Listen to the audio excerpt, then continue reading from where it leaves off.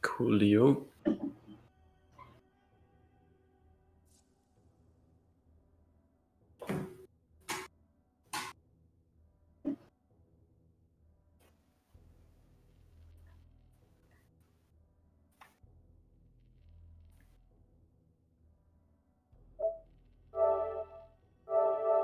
Okay.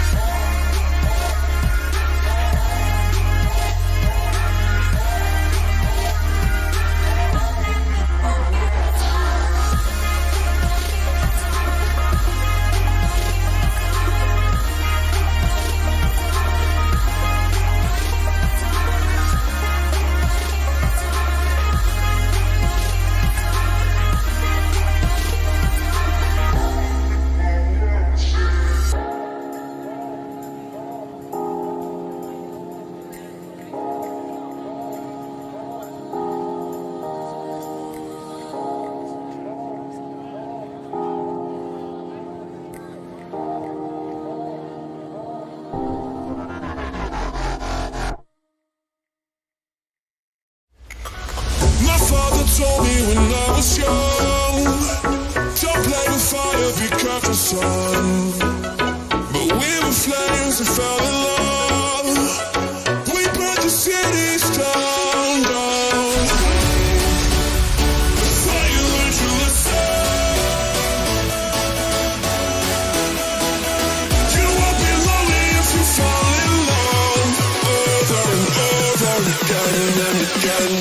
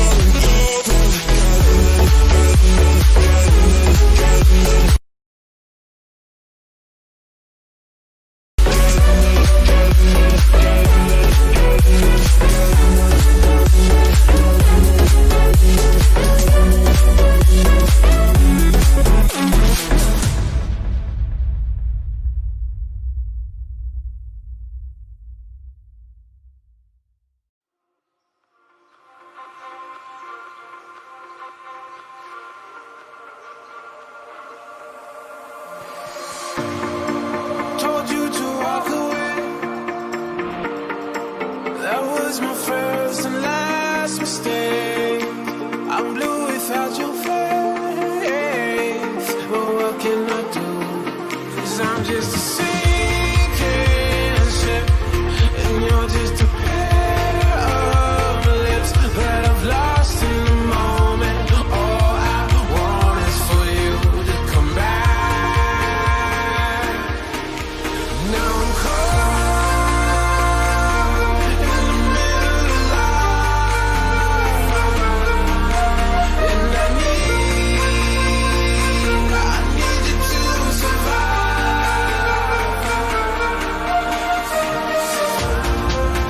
Whoa, I need you to survive. Without you by my side, I can't survive.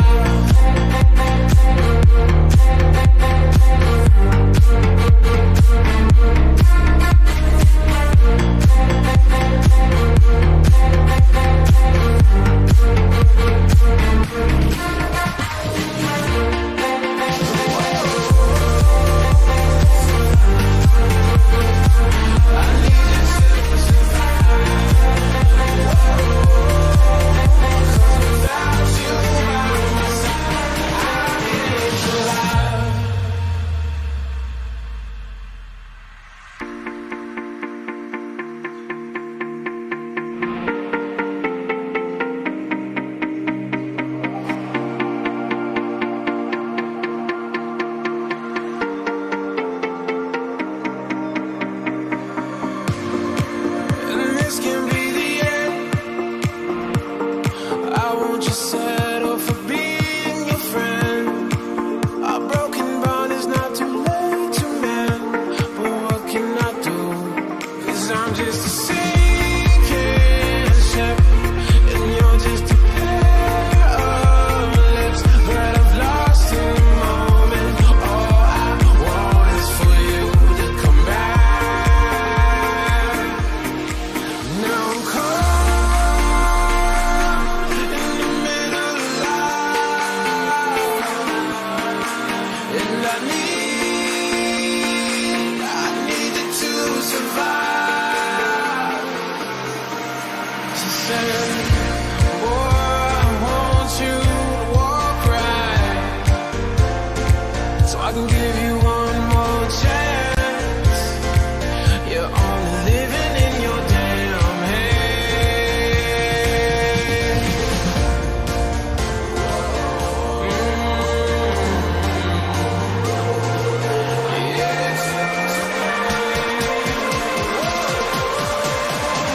Without you by my side, I can't survive.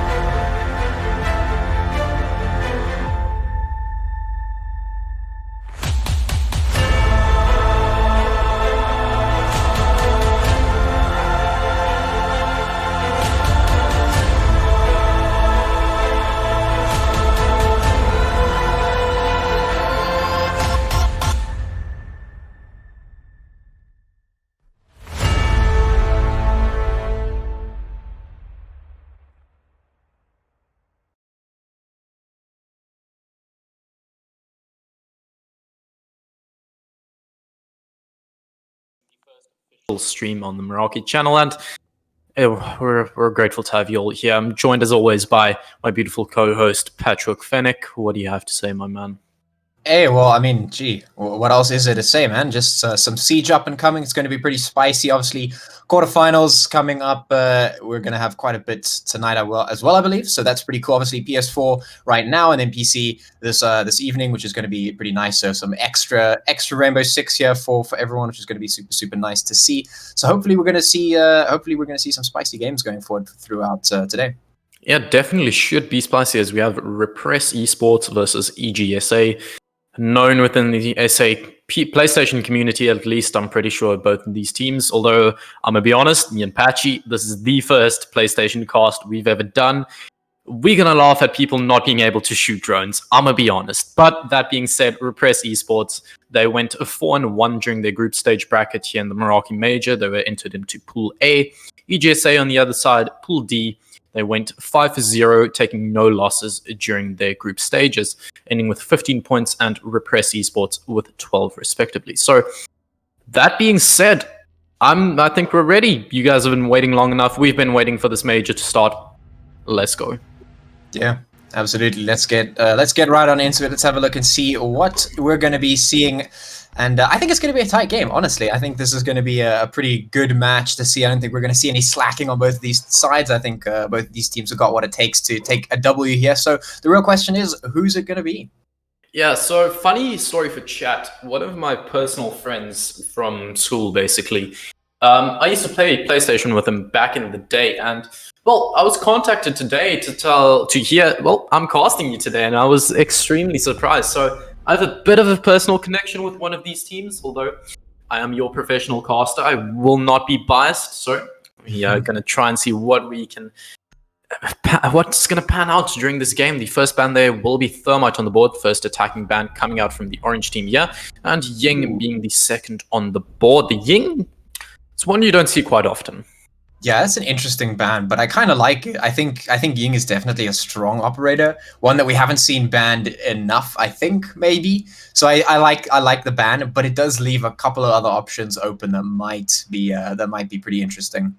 Yeah, the Thermite ban obviously makes sense. I mean, it's Clubhouse. 3 of the main mob sites require the Thermite to actually get on into the site. And the Ella, the first defender off the board, I believe that was banned out by the blue team. I think that's EGSA, if I'm not mistaken.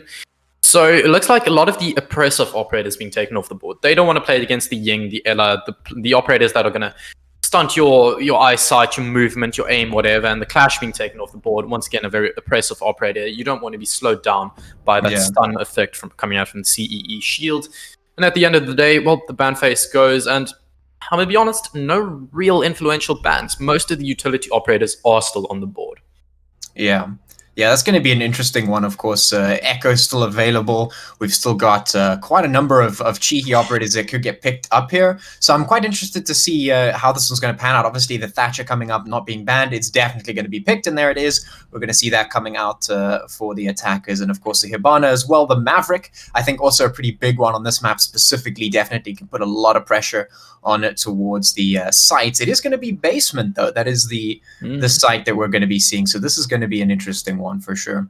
I mean, the thing we used to talk about 24/7 was Thatcher, the most banned operator in SA. Almost every single game I've ever casted, this man has been banned. But looks like the recent change during Operation Shadow Legacy definitely has been making a shift in terms of his ban rate. I've been seeing more and more, even in ranked games these days. Looks like people are finally realizing he isn't the be-all, end-all, throw it an EMP and down goes the bandit that he used to be. He now can be countered. Obviously, the bandits, they don't get destroyed. They only get electrocuted for, I believe, 10 seconds. Correct me if I'm wrong, chat. But yeah, it's not as oppressive as previously. Going to this Church and Arsenal defense here down below and see what they can do with this one. Once again, like you said, Patchy, the K there to cancel the hatches as well as the bandits, I believe, will be used there, either inside of Church or the dirt tunnel area. Yeah, I mean, I have some flashbacks here on this map, specifically of some Monty strats that we've seen a couple of times, especially down in that particular tunnel. Thankfully, we're not going to be seeing that coming out. It is going to be a little bit more of a standard setup. But I think just back on the topic of Thatcher, I think he's going to be used pretty much the same way as he always has been. you trying to open up a wall, you toss two of his grenades out, one for the first one, and then you time your second one with the thermite or the Habana, and you get through the wall in any case. So it doesn't really change him up so much where he's unusable. So I think that balancing change might actually be quite a decent one, all things considered. Yeah, so the attackers here starting to take from the CCTV area. Kind of strange to use the Maverick Blowtorch to open that up, although he is doing the sea trek, as I like to call it, opening up that avenue into CCTV. Probably going to start from there, make their way down onto the bar area, as Thatcher is currently droning it out, maybe taking from that garage catwalk area, but at the moment they're taking their time. Let's see what they're going to do with this. IQ actually entering into gym now, so starting to take that map control. The Twitch drone there going down the main bar stairs, all the way downstairs, maybe going to try and take care of those Cade Electro Claws currently situated on that moto drop down, as well as undoubtedly going to be on that kitchen hatch. Yeah, so let's see how this one unfolds at the moment. We've got IQ just moving in, trying to clear the floors and finding all those nice little electrical devices through the walls, as one does when playing IQ. At the moment, just taking their time, EGSA making sure they're not missing out any angles at the moment, just clearing things out bit by bit, nice and systematic, keeping themselves good. They've still got a bit of time to work with here, but they still have to keep an eye on that clock, because we've seen it come to bite a lot of teams in the behind a lot of times when they're not paying attention to that. Yeah, so the impact tracking coming out here, however, not going to be successful because the Hibana pellets were placed on, I believe that's the west side of the kitchen area. The impact track won't be able to get it, so kitchen hatch does go open, and that's a big avenue onto the site for EGSA. Now you see the players here on the side of EGSA, they've got kitchen control. They're going to open up Moto, although the Thatcher EMP not going to last long enough. The Cade charge, the Artilla Electroclaw is going to snap those Hibana pellets off of the hatch there, but undoubtedly it will go open now. So 2 avenues onto the site as well. I believe that's the IQ now pressuring on into the bottom main stairs area. Let's see what they can do with this. The Cade and the Bandit currently playing inside of Church. The Twitch here peeking on into the rotate that has been made between sites, the very default rotate we see. However, let's see what he can do with this. Potentially might go for a drop. He's looking very aggressive on this angle, currently droning out Church here. The IQ does drop into Moto. Thatcher being joined here inside of the hallway, but immediately taken down from the side. I believe that was the Maestro there, but a quick trade coming out to 2 kills for IQ. The Jaeger to find one with the Bailiff. The Maestro gets another, but the Jaeger to finish it off. A 1v3 situation now. The Maverick last live, and he can't do anything. The Jaeger to lock it out, gets the player there inside of the Moto drop down. Yeah, that was an interesting round. Lots of pressure from above, trying to get themselves something, but they couldn't find that initial sort of opening pick that they were really looking for from above. So they drop down. They try and get themselves on towards the site, and I think that's potentially a little bit of where things went wrong for them. They didn't have as much presence around the rest of the angles that they were wanting, and they sort of just immediately collapsed because the defenders had all the angles on them. They were holding it nicely, and the result is, as you can see here, 1 round for the defenders. As we move on into the next one, we're going to be seeing some pretty standard operators as well. The Jackal going to come out for Smash. That could be interesting. Yeah, so they're going to CCTV and Cash Room now, obviously, after having won that Church and Arsenal defense quite decisively. Obviously, Repress Esports, from what I've heard. My PlayStation informatives, is that what you call them? I don't know. I don't know the terminology. Informant, there we go. The big brain patchy informing me. But yeah, they're going to CCTV now. Repress Esports, from what I've heard from my informants, they are a very good team. However, EGSA, I believe they are a lot better known within the community, at least definitely the Giants to slay within this match. However, Repress now with the 1-0 lead. Got to ask yourself, is it just the inherent defensive advantage here on Clubhouse especially, or is this going to continue to be the trend? That's what I'm going to look out for. Because, I mean, we saw GSA, they had a lot of map control. They took it very decisively. They had the drone work, they had the teamwork to open up those hatches, use their utility, but eventually they still had about, if I speak under correction, but about 30 seconds left on the clock before they made their main push. There was still time. I believe they just kind of prematurely made that final push. So what I'm looking at for these guys, maybe take it a bit slower, even if you need to skimp on that drone work quite a bit. I mean, we don't really see roam work coming out here from Repress Esports. So a lot of things here for EGSA to try and correct, but let's see if they're going to try and do a tad bit better here on the CCTV and cash attack. Yeah, I think this is a bit more of a standard site to attack, so they might be feeling a little bit more comfortable. That being said, though, I mean, the previous round did seem to come a lot down to the funneling that happened right at the end. I mean, they had all the map control, they had the top floors, everything was done, but they didn't turn that into the rest of the lower site control. They didn't put the pressure on from anywhere else except from the hatches where they were dropping down from, which I think did come back to bite them a little bit. Now, Habana is going to be opening a little bit of a hole here, but the tricking will stop most of the pellets from going off, but that does at least give them a small angle in that they could put some pressure on here. What I want to see is them putting pressure onto this site from all those different angles. The window's open, this little hole is open here as well, so I want to see them start putting pressure on here. Oh, perfect tricking through, however, only catches the one side of the pellets. One thing you got to remember about angles and sieges, they work both ways. You see the bandit there priming his C4, and already there the Jaeger gets his opening kill onto the Jackal. No more pinging coming out from that operator. I believe he was pushing there onto the catwalk area. I'm not sure of that. See the Thatcher here currently droning onto that catwalk area, droning out Oof You Dead here on the mute, but the Wamai getting taken out. Bottom storage side, the top blue stairs. The Twitch catching him off guard. Mute here trying to contest, and the Thatcher here playing by the garage entrance. But notably, main breach has been open, so this Mute is definitely getting pressured from the side. He needs to worry about this. Oh, this is definitely a tough one right now. You can see the pressure is definitely coming on, and well, now we've got the Thatcher right up here on the catwalk. He's just pushing straight on in. He's going to spot ahead. There goes one. Can't find a second though, but at least that's an inkling in towards the site. Numbers advantage square on the side of the blue team. There goes another. One more left. It's Jaeger. Man that got the first kill now has to clutch it out for his team. The Ebonic going for the plant. Swings wide, cannot catch the player at the top of the stairs. The Twitch to get the final kill. A double, I believe a triple kill for Deception here on the round with that F2. 1.5 sight, the newly added one here. Doing great work for his team. And EGSA now taking the round back, equalizing it out to a 1-on-1 scoreline. And CCTV and Cash, definitely a very defensive-sided map, at least within the PC scene. That's my reference framework. That's what I'm going to be talking about. And yeah, it just did not look like a Repress Gaming had that one locked down. It didn't look like they were very coordinated in their hold. Looks like every single angle was opened up. The utility was just used so correctly by EGSA that there was, at the end of it, really nothing Repress Gaming could do here. But heading to CCTV and Cash Room now, once again, let's see if they can shake things up, maybe get one round more on the board.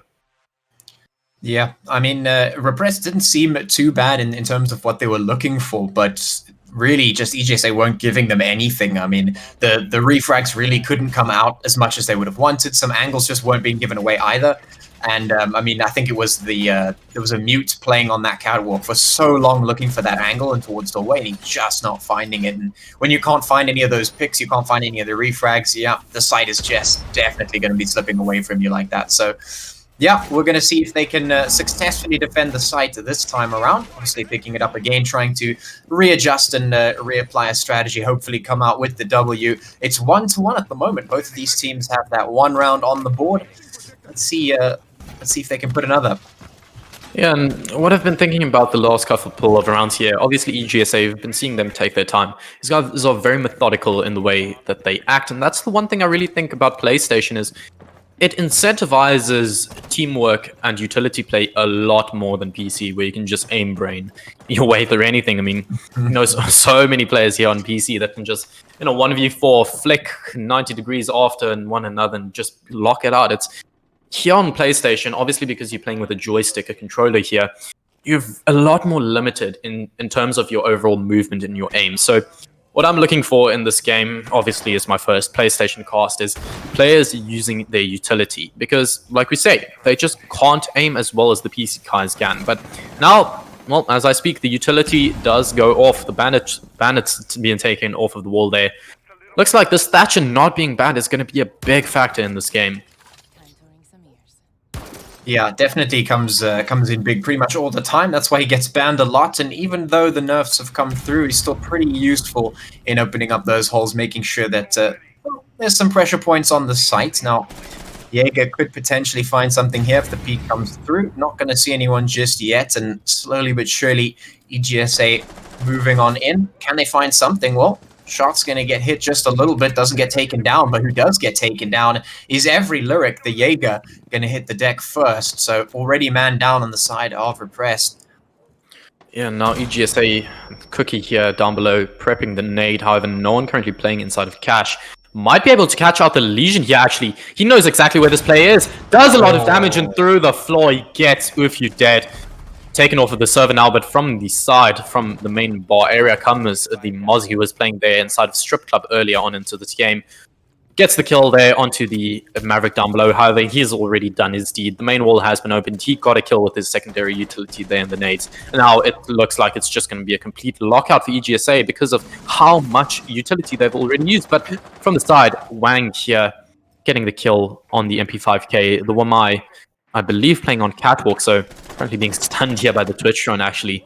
Looks like they're trying to do what they can. Every little single bit of damage that they can muster being done onto this player. Now the entry being called out here. A double kill for Wang. However, the Twitch running on into site. The diffuser is being planted, but Wang is injured. It does not seem they know of it. Play now going to have to come in clutch for his team. Catches out the Ibana in a 1v1 now. Can he find the Twitch? No, he can't. Deception to get the final kill, and that is EGSA locking out the second round in a row for themselves. Wow, yeah, that was definitely a much more interesting round to watch, just based on seeing a couple of things happen. I mean, one of the things that I really just enjoyed watching was the usage of those nades there. The timing is just absolutely perfect, just cooking them up, tossing them, and taking out, I think it was the Legion from below, which was quite a nice bit of util work. I mean, you said you were looking for how the teams use the util, and well, they're using it pretty damn well, it seems, so far. And EGSA going to come out with that round going for them. Of course, not the end of the world. It's a best of 3, so of course teams are still got a little bit of grace here if they lose out on this match. But the match is not over just yet. Still plenty of rounds to go, and of course we will be heading back to basement once again. So looking to maybe replicate some success from that first one. Yeah, so obviously if you don't know how site rotations within Rainbow Six Siege works, once you win at a certain bomb site, you can't go back there for 2 more rounds. Having now lost our 2 rounds in CCTV and CCTV and cash defense, they are able to go back to Church and Arsenal here down below. So obviously it looks like their primary bomb site, just based on the time they won it previously and how well they did on this bomb site previously. So heading back there, definitely the play would have been very scared had they gone back again for a 3rd time to CCTV and cash. But no, they're down below with what looks like essentially the same operator lineup as the last time they were here. But notably, no bandit on the board. It's only the Cade here to electrify their hatches. They won't be able to electrify either Church Wall or Dirt Tunnel. That is going to be free real estate here for EGSA. Yeah, let's have a look and see how this one plays out. The first one is going to go down. That's actually the Legion taken off the board super early, which is going to be quite a problem because that is not an operator you want to lose early there. All of that utility just taken straight off the board, which is, well, it's a little bit of a feels bad man there for Repress. Hopefully they can hold on to this one because starting a round out like that is going to definitely put a bit of a thorn in your side here, especially since you're a man down now. EGSA have a little bit of an advantage. They can play time for sure. Definitely lots to work with. Let's see if they can crack the side open. Yeah, notably the Twitch, their Deception, he's been playing this operator exceptionally there on the F2. Notably, I mean, on the first CCTV and cash attack, he got a 3k for himself. The second time around attacking it, well, he was the one to clutch out the 1v1 against the Mozzie there. So this guy definitely has been showing up for his team. It's being shown in the scoreboard, 6-1 at the moment. Definitely doing a lot for his team. And, well, when you look at the rest of the board, well, all of the players on EGSA here doing well. They've got some kills for themselves, although I believe 1 or 2 players there with a negative KD. It's fine. They're doing their deed. They are 2-1 up at the moment. And when you look at the side of, what do you call them, Repress? Is that their name? Yes. The only real player here showing up for them it's Wang. Notably, he was caught out on the catwalk area in the last round, so might boil that down to the reason why they lost. But let's see if Deception can do even more for his team. Pressuring here onto the Dirt Tunnel angle there with the F2 1.5. 2 players currently holding his angle, both the Valkyrie and the Jaeger. Let's see what he can do with his angle. Yeah, let's have a look and see. Of course, those Ibana pellets coming in, creating a little bit of pressure around the map as well. One thing that I'm really enjoying as well is watching these new scopes being used on the guns here. definitely a lot more choice when it comes to that. Some players feeling a little bit more comfortable on one or two of those scopes. Lots of pressure coming in now from the tunnel. Deception having to just deal with that a little bit. Jaeger, of course, right here. It's Wang, the one player, like you mentioned, that's been trying to do as much work as possible here, is the one that he has to fight. And while every lyric going to go down immediately, Deception just going to peek out and take him down. Trade comes through, Cookie goes down, but it's still man advantage. But now there's the Jaeger, finally finds his prey. It's a 3v3, 30 seconds left. Something has to happen for EGSA. They need to find some more kills here, otherwise the time's going to run out. Yeah, they've done a lot now already, but they need to translate this into a side take. The Hibana swings the angle close, but cannot find the kill there onto the Cade. The Thatcher, the one to go down there in the hands of the Elder. Maestro to lock it out, and just looks like an absolute slaughter going to come out. The Hibana pressuring down into Moto, however, 8 seconds on the clock, he can't do much. His Jackal has been taken off the board there inside of the kitchen area. 2 seconds on the board, he's going to have to go for this plant. 7 seconds, will he be able to find this? 2 seconds, no, he has to cancel it because the Maestro turret, the evil eye in his side, going to be taking care of him. So, 1 round on the board now for, I keep on forgetting the name, Repress. That is their name. So 2 onto 2 round count now. What's gonna tell me how the rest of this defensive half for Repress is gonna pan out? It's gonna be this defense, because if they can't change things around right here, right now, then we're looking at a 4-2 round count in favor of EGSA. And obviously, with Clubhouse being such a defender-sided map, that's definitely not something Repress is gonna want. So this is definitely a big round here for CCTV and Cash Room here for Repress Gaming. If they can't win this one out, they are looking at a very grim future here on Clubhouse. Yeah, I mean, I guess it all comes down to how you feel comfortable as well. But yeah, I mean, you definitely want to put as many rounds as you can on that first half. Make sure you're not going too far. You know, you don't want to be too far down when you head over into the second half. And yeah, I guess Repress, at least they picked up the round, even things out, and they're looking to continue, looking to get a couple more rounds on the board for themselves before that half goes down. Yeah, let's see if they can do it. EGSA have been putting up a pretty good show, but so far things have been relatively even here. 2-2. Let's see who can come out in the lead. Yeah, just quickly, I want to say a big thank you, guys, because somehow we're already at 100 Twitch viewers. The PlayStation community is definitely showing up here. I mean, I don't know the exact stat, but this genuinely might be the most views I've ever had on a live stream, and that's saying something. So really, guys, thank you so much for the support. It's currently 100 views here on the live Twitch chat. There's definitely something. We've been seeing EGSA Esports go up and up and up, with this Meraki major definitely going to be the pinnacle, one to remember for all of us.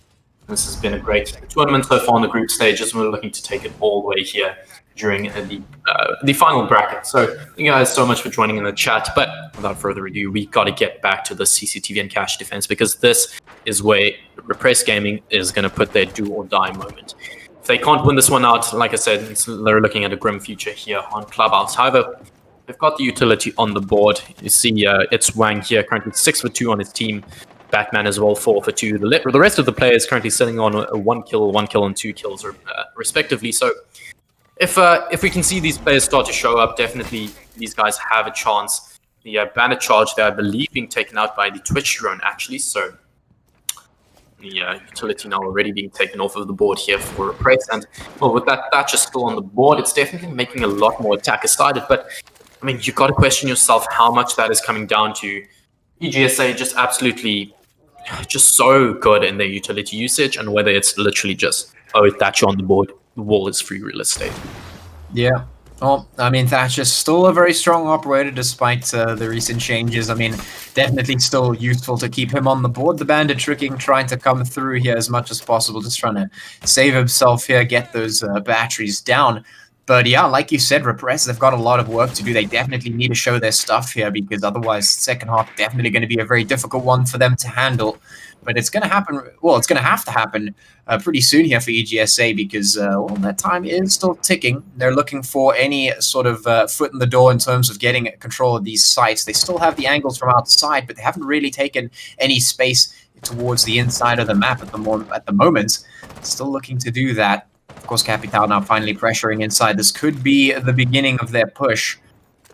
The thing I'm currently looking at is there's 1 minute 10 on the board. Yeah. Sure, you've got the player outside of the main CC window, but this is exactly what I was going to say. They need to do. They need to start pressuring on into this construction area. The wall isn't going to go open. They have no hard breach left. This is their only other opportunity. Sure, you've still got the secondary hard breach there on the Capital, but they need to get the kills. And getting the kills, they are shots to get a kill, as well as I believe that was the Thatcher of Cookie to get a kill from South. So now in a 5-on-3 scenario, sure, you've still got the smoke grenades, and well, as I say that, it's going to get a kill. Cookie to get taken down by Pelé here on the smoke. The canister getting the kill. The Capital taking a tad bit of damage himself there inside of the construction area. And now, with 30 seconds on the board, this is going to come down to a slaughter. How is he going to swing on wide, however, with the SMG-11 Pelé to get the kill? The MP7 from the Bandit as well going to lock out the kill into the Hibana. Now, it's going to be a slaughter. However, your best man on the team is still left on the board. The Twitch here in a 1v2 scenario. Can he clutch this out? Whips out the pistol here, the P9, the French pistol, however, cannot get the clutch. It's Wang, the star player here on Repress Gaming from Catwalk area, does get the final kill into the Twitch, and that is Repress Gaming taking their first round here on CCTV and Cash, and this just might be what they need to turn things around here on Clubhouse.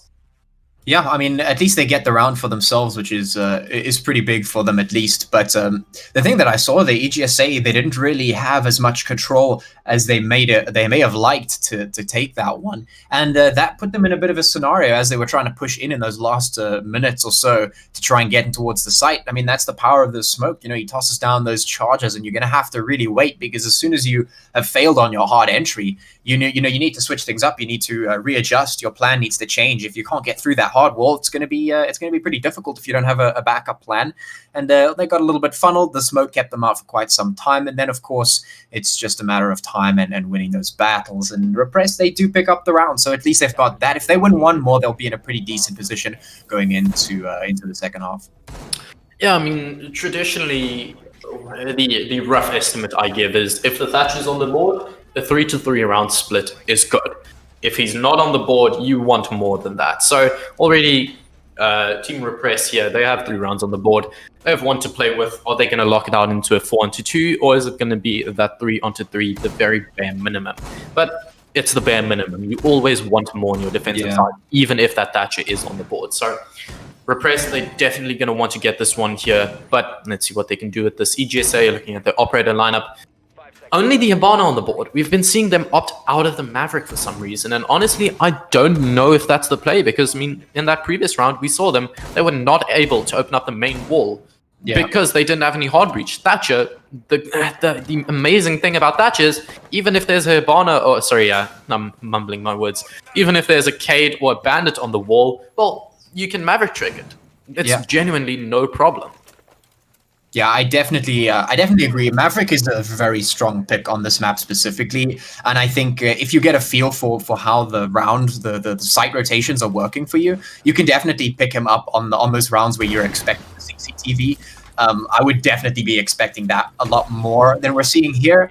I think a little bit of a missed opportunity, perhaps, but obviously they're looking to comfort pick rather than pick themselves up something that they feel is a force. Maybe is what's going on here. But right now they're trying to attack here towards the bedroom, and once again putting a bit of pressure on towards the hard wall. And if they can't get through this, it's going to be quite difficult, because that Bandit tricking is definitely coming through here. They're going to have to find some more ways into the site. Yeah, I mean, talking about the main wall play, the one thing I've been genuinely surprised about is the presence of Twitch. On PC, the Twitch is something you play when it's your absolute last resort. But genuinely, to everyone that here plays PlayStation in chat, I used to play PlayStation myself. This is nothing against you guys. But just because of the nature of PlayStation, it's harder to hit drones on PlayStation. That is just a fact. So I don't know why I was so surprised, but the Twitch coming out is definitely, I would say, the play, considering the circumstances on PlayStation. But Pelé to get the opening kill, you don't need the utility play if you can get those kills. With the UMP, the 1.5 scope being recently added here, he's playing inside of Cash Room. He's doing what he can here on this roam work, and he gets the opening player onto the Capital. Definitely a big one, however, with the L85. Cookie, the Sledge to get a refrag. He's currently situated inside of Logistics, so the rotate from the castle is currently cut off. They can pincer this player. The nade's been cooked out, however. What do you call fixed stick in English? I choked on my own spit. Hell yes. So, yeah, things happened. We were out of it, and it looks like Repress is going to take it. Yeah, Deception last left alive, got the F2 in hand, but I'm not sure if it's going to be enough at this point. They had a decent idea at least trying to get in towards the site, finds one at least, but needs to find two more. This is going to be two heads with less than 25 HP. That's such a difficult tall order, and it's not going to happen. It's Wang, of course, there to close it out for the defenders. Repress going to find that round they were looking for.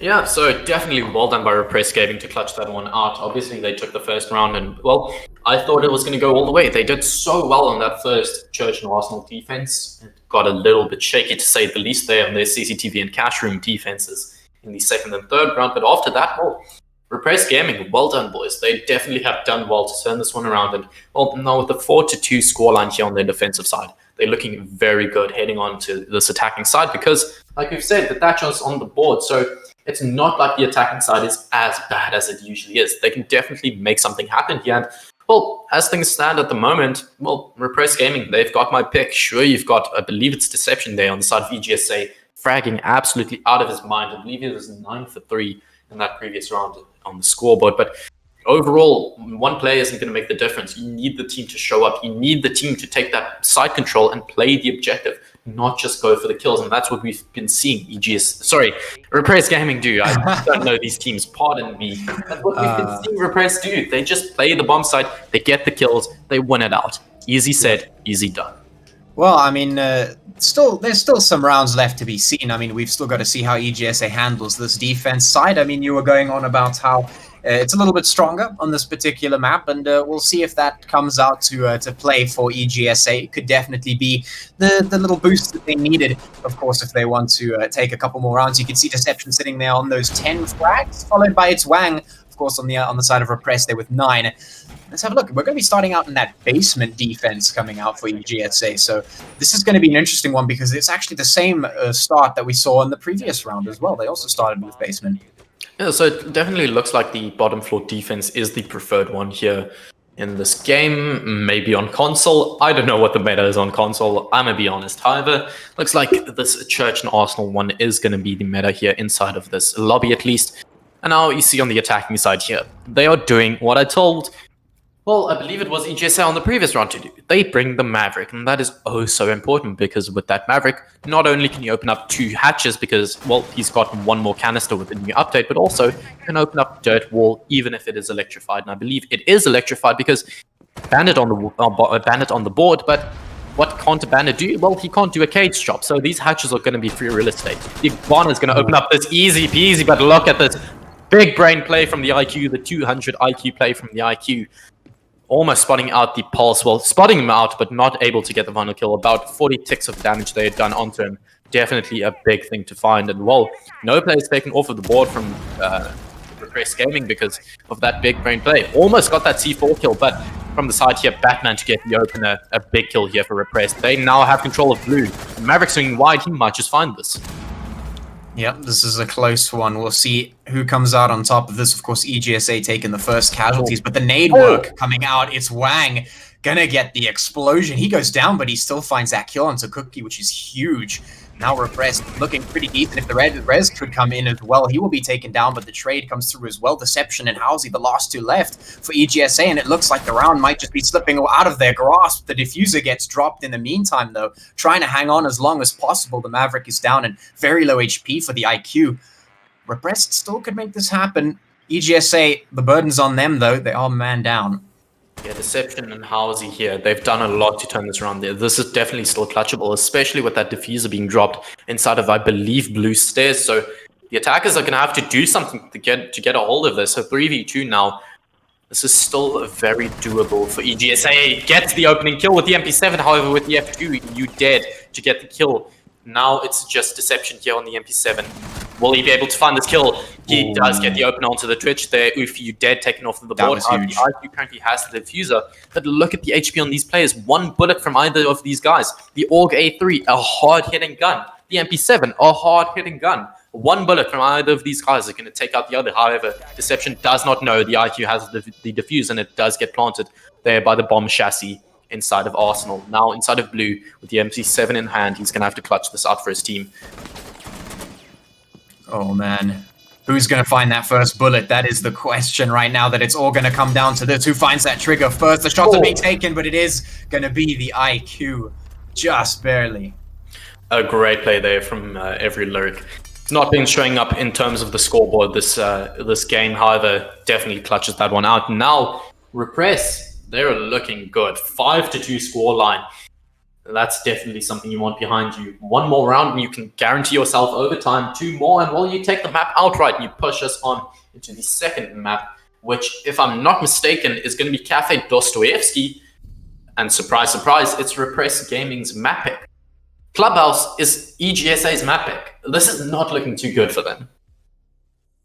Yeah, definitely not the way you want to be starting things out, especially considering, we were talking in the beginning of this match how EGSA were looking really, really good. And, we were talking about who's the giant to slay here. And we were thinking maybe EGSA going to be a difficult one here. And it looks like Repress are putting all the work they need to do getting those rounds in. They're already 5 up. That's 3 ahead of EGSA at the moment. So EGSA really going to need to find something. And it looks like they're going to be opting for the basement once again, which is definitely an interesting call. It was quite close in that previous round. So maybe they're just looking to adjust things a little bit and try again.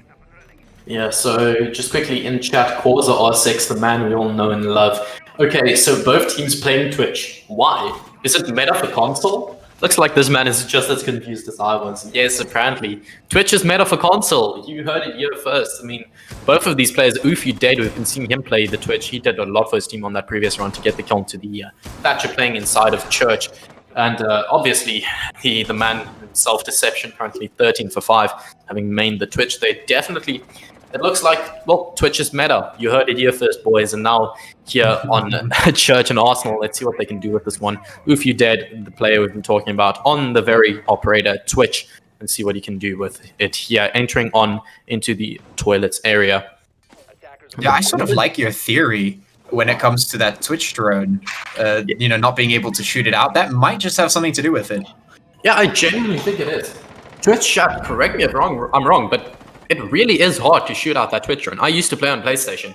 I was an absolute bot. Twitch drones, back when they used to do 10 damage per laser and they had infinite lasers, that was genuinely kind of broken on console.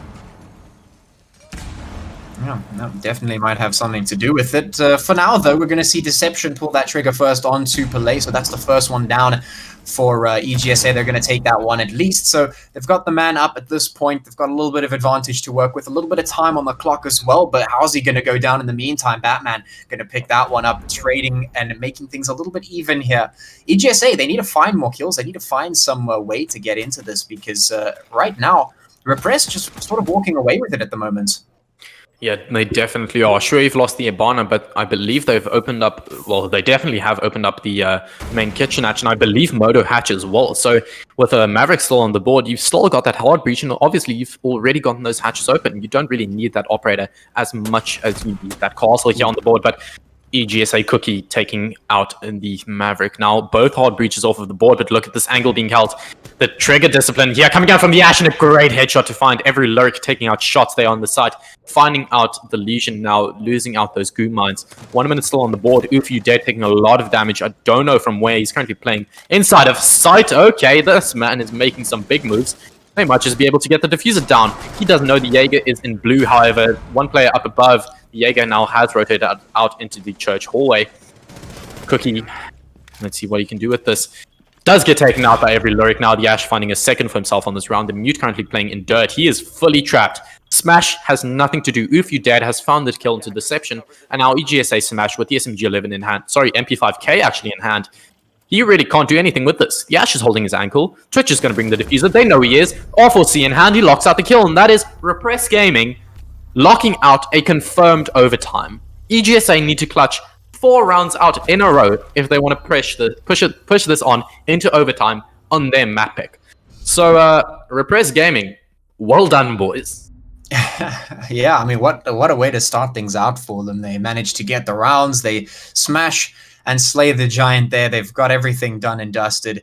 And on not their Mac pit, no less. So definitely a really great way to start things out. Of course, we still have some more games to come even after this, and EGSA have a lot of work to do if they want to go for that tie. And honestly, at this point, I don't think it's really going to be possible, because right now, Repress, they looked pretty decent on the first half, and EGSA still making things competitive. But here on the second half, it's just been very, very solidly in the favor of Repress. They're looking very, very confident and very capable here on the attacking side.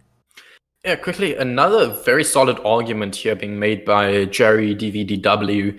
Twitch is being played for the F2, nothing else. 1.5 and 980 RPM on console. You don't need, well, all you need is fire rate. That's actually a very interesting one. I mean, obviously, we've seen these players.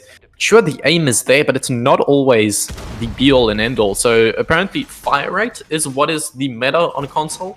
Twitch chat, if you want to maybe elaborate on that, that is quite interesting to say the least. I mean, thinking about that now, obviously, the more bullets you can get down, the better. But on PC, that doesn't make such big of a difference because you've got the one-shot headshot mechanic and everyone has cracked aim. But I guess that makes sense for console. Yeah. I mean, I suppose that does, especially if you're not able to readjust quick enough, if you're not able to get the flick, but you can still maybe hit some body shots. That RPM does definitely come in handy, I guess. So that could be a pretty strong argument for that. I think F2 definitely a strong weapon, though. It has been hit a couple of times in recent past, but yeah, I guess we'll see now if EGSA can hang on to this, what could be the final round here potentially. Back up on CCTV here for EGSA. They are going to try to defend this one. Let's see if they can hold on a little bit longer, maybe put some more rounds for them. Otherwise, they might just be down and out. Yeah, so Repress at the moment, they have won 5 rounds in a row.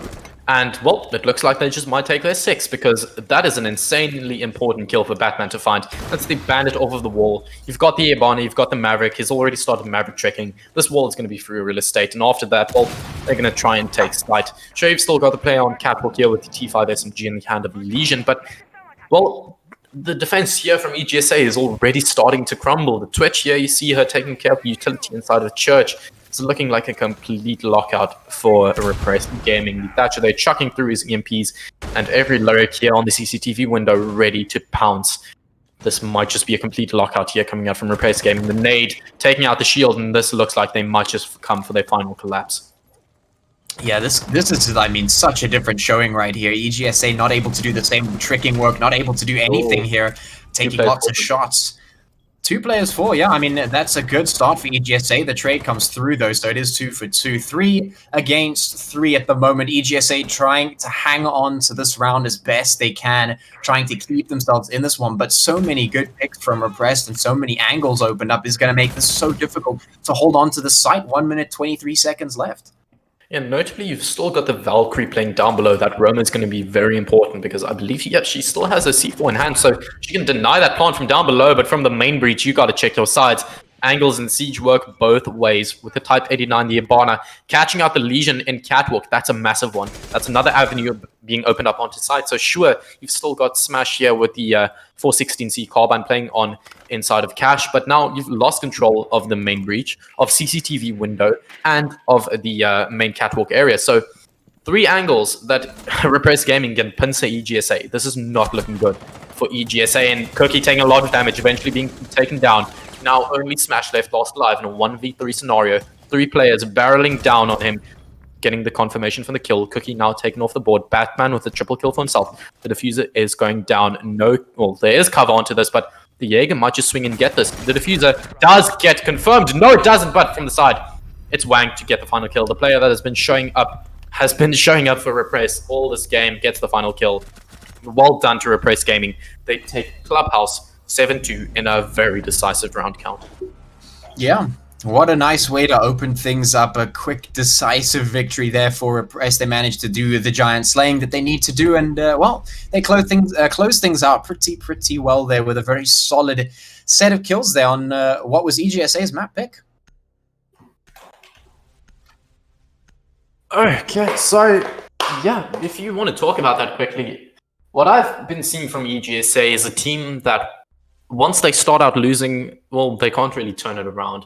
We saw them play so well in those first 3 rounds, but after that, it just looked like it absolutely crumbled for them. I don't know if they maybe a more momentum-based team that can't really handle taking losses one after another. Maybe they need a mental re-switch. I don't know what it is, but these guys definitely have to change something around, because notably, the next map is Cafe Dostoevsky. That is a map which takes a lot of aim play and a lot of side play. So with these guys having done what they've done in this round now, in this map now, I don't know. It's, in my opinion, not looking good for EGSA, especially considering Cafe Dostoevsky is Repress's map pick. Yeah. Yeah, definitely going to be an uncomfortable situation for EGSA that they're going to be going into. Hopefully they can hold on. I mean, it did seem like they lost a lot of momentum going into the second half. It just didn't seem like they were able to put up the same level of defense that Repressed were. And, well, the Press, they just looked super good on the attacking side, and that sort of disparity really caused EGSA to fall off after a very competitive first half, at least. So, yeah, I mean, I'm not too sure what to expect going into this one. Cafe, obviously, one of those very interesting maps to watch across the board. So let's see if EGSA can bring this back and then maybe take a map off of Repressed. Yeah, so I believe we're going to go to a quick break just to get the players back in the lobby, maybe give a quick water break, quick stretch their legs, stretch their thumbs. That's the important thing on console. Yeah, maybe give these guys a quick break, chat. We will be back shortly. Be sure to continue.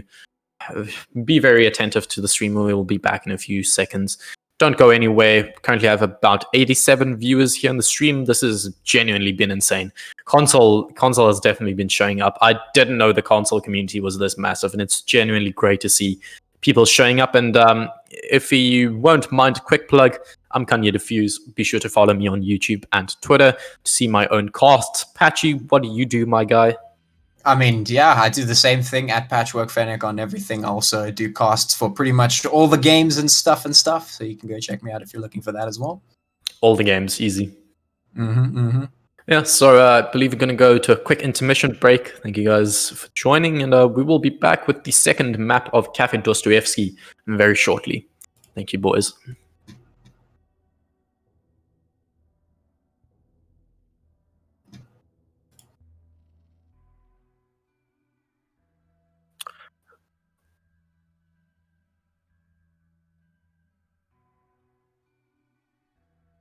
Oh.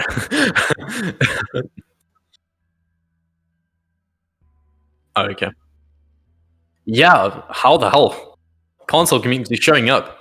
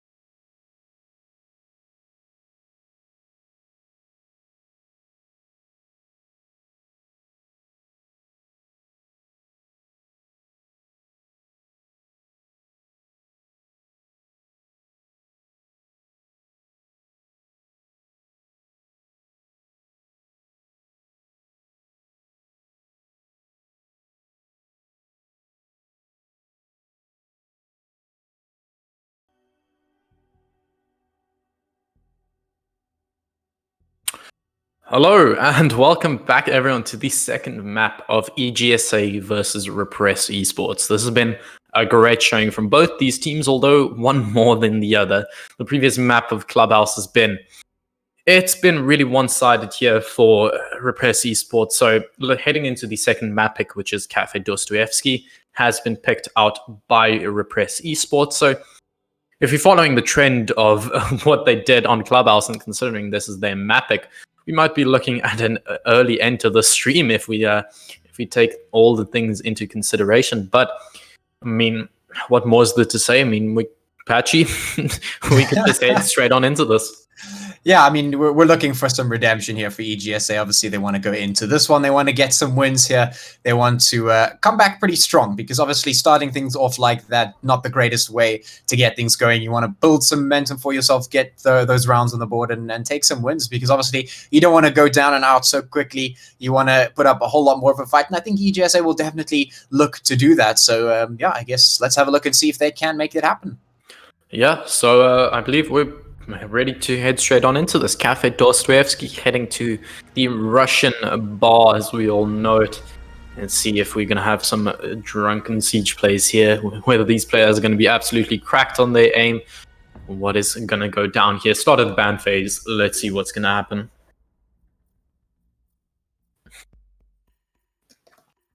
So, if I'm correct, the orange team is Repress Esports. So the first ban going to come out from Repress here on the attacking side. Would not be surprised to see the Thermite coming out once again. However, the Thatcher taken off of the board. So the last time around, it was Repress that was on the defensive side. And if anything, the Thatcher being on the board really screwed them over. So to see that Thatcher ban come out is definitely, I believe, the play for them. That was really screwing them over round after round, especially there on that CCTV and cash hold in the second and third round. So the end coming out looks like it's going to be a repeat of the bans. Yeah, interesting to see that Thatcher getting taken off. It's quite a big one, working both ways. I think EGSA and Repress both using that one pretty well. I think Repress was able to deal with it a little bit better than EGSA was.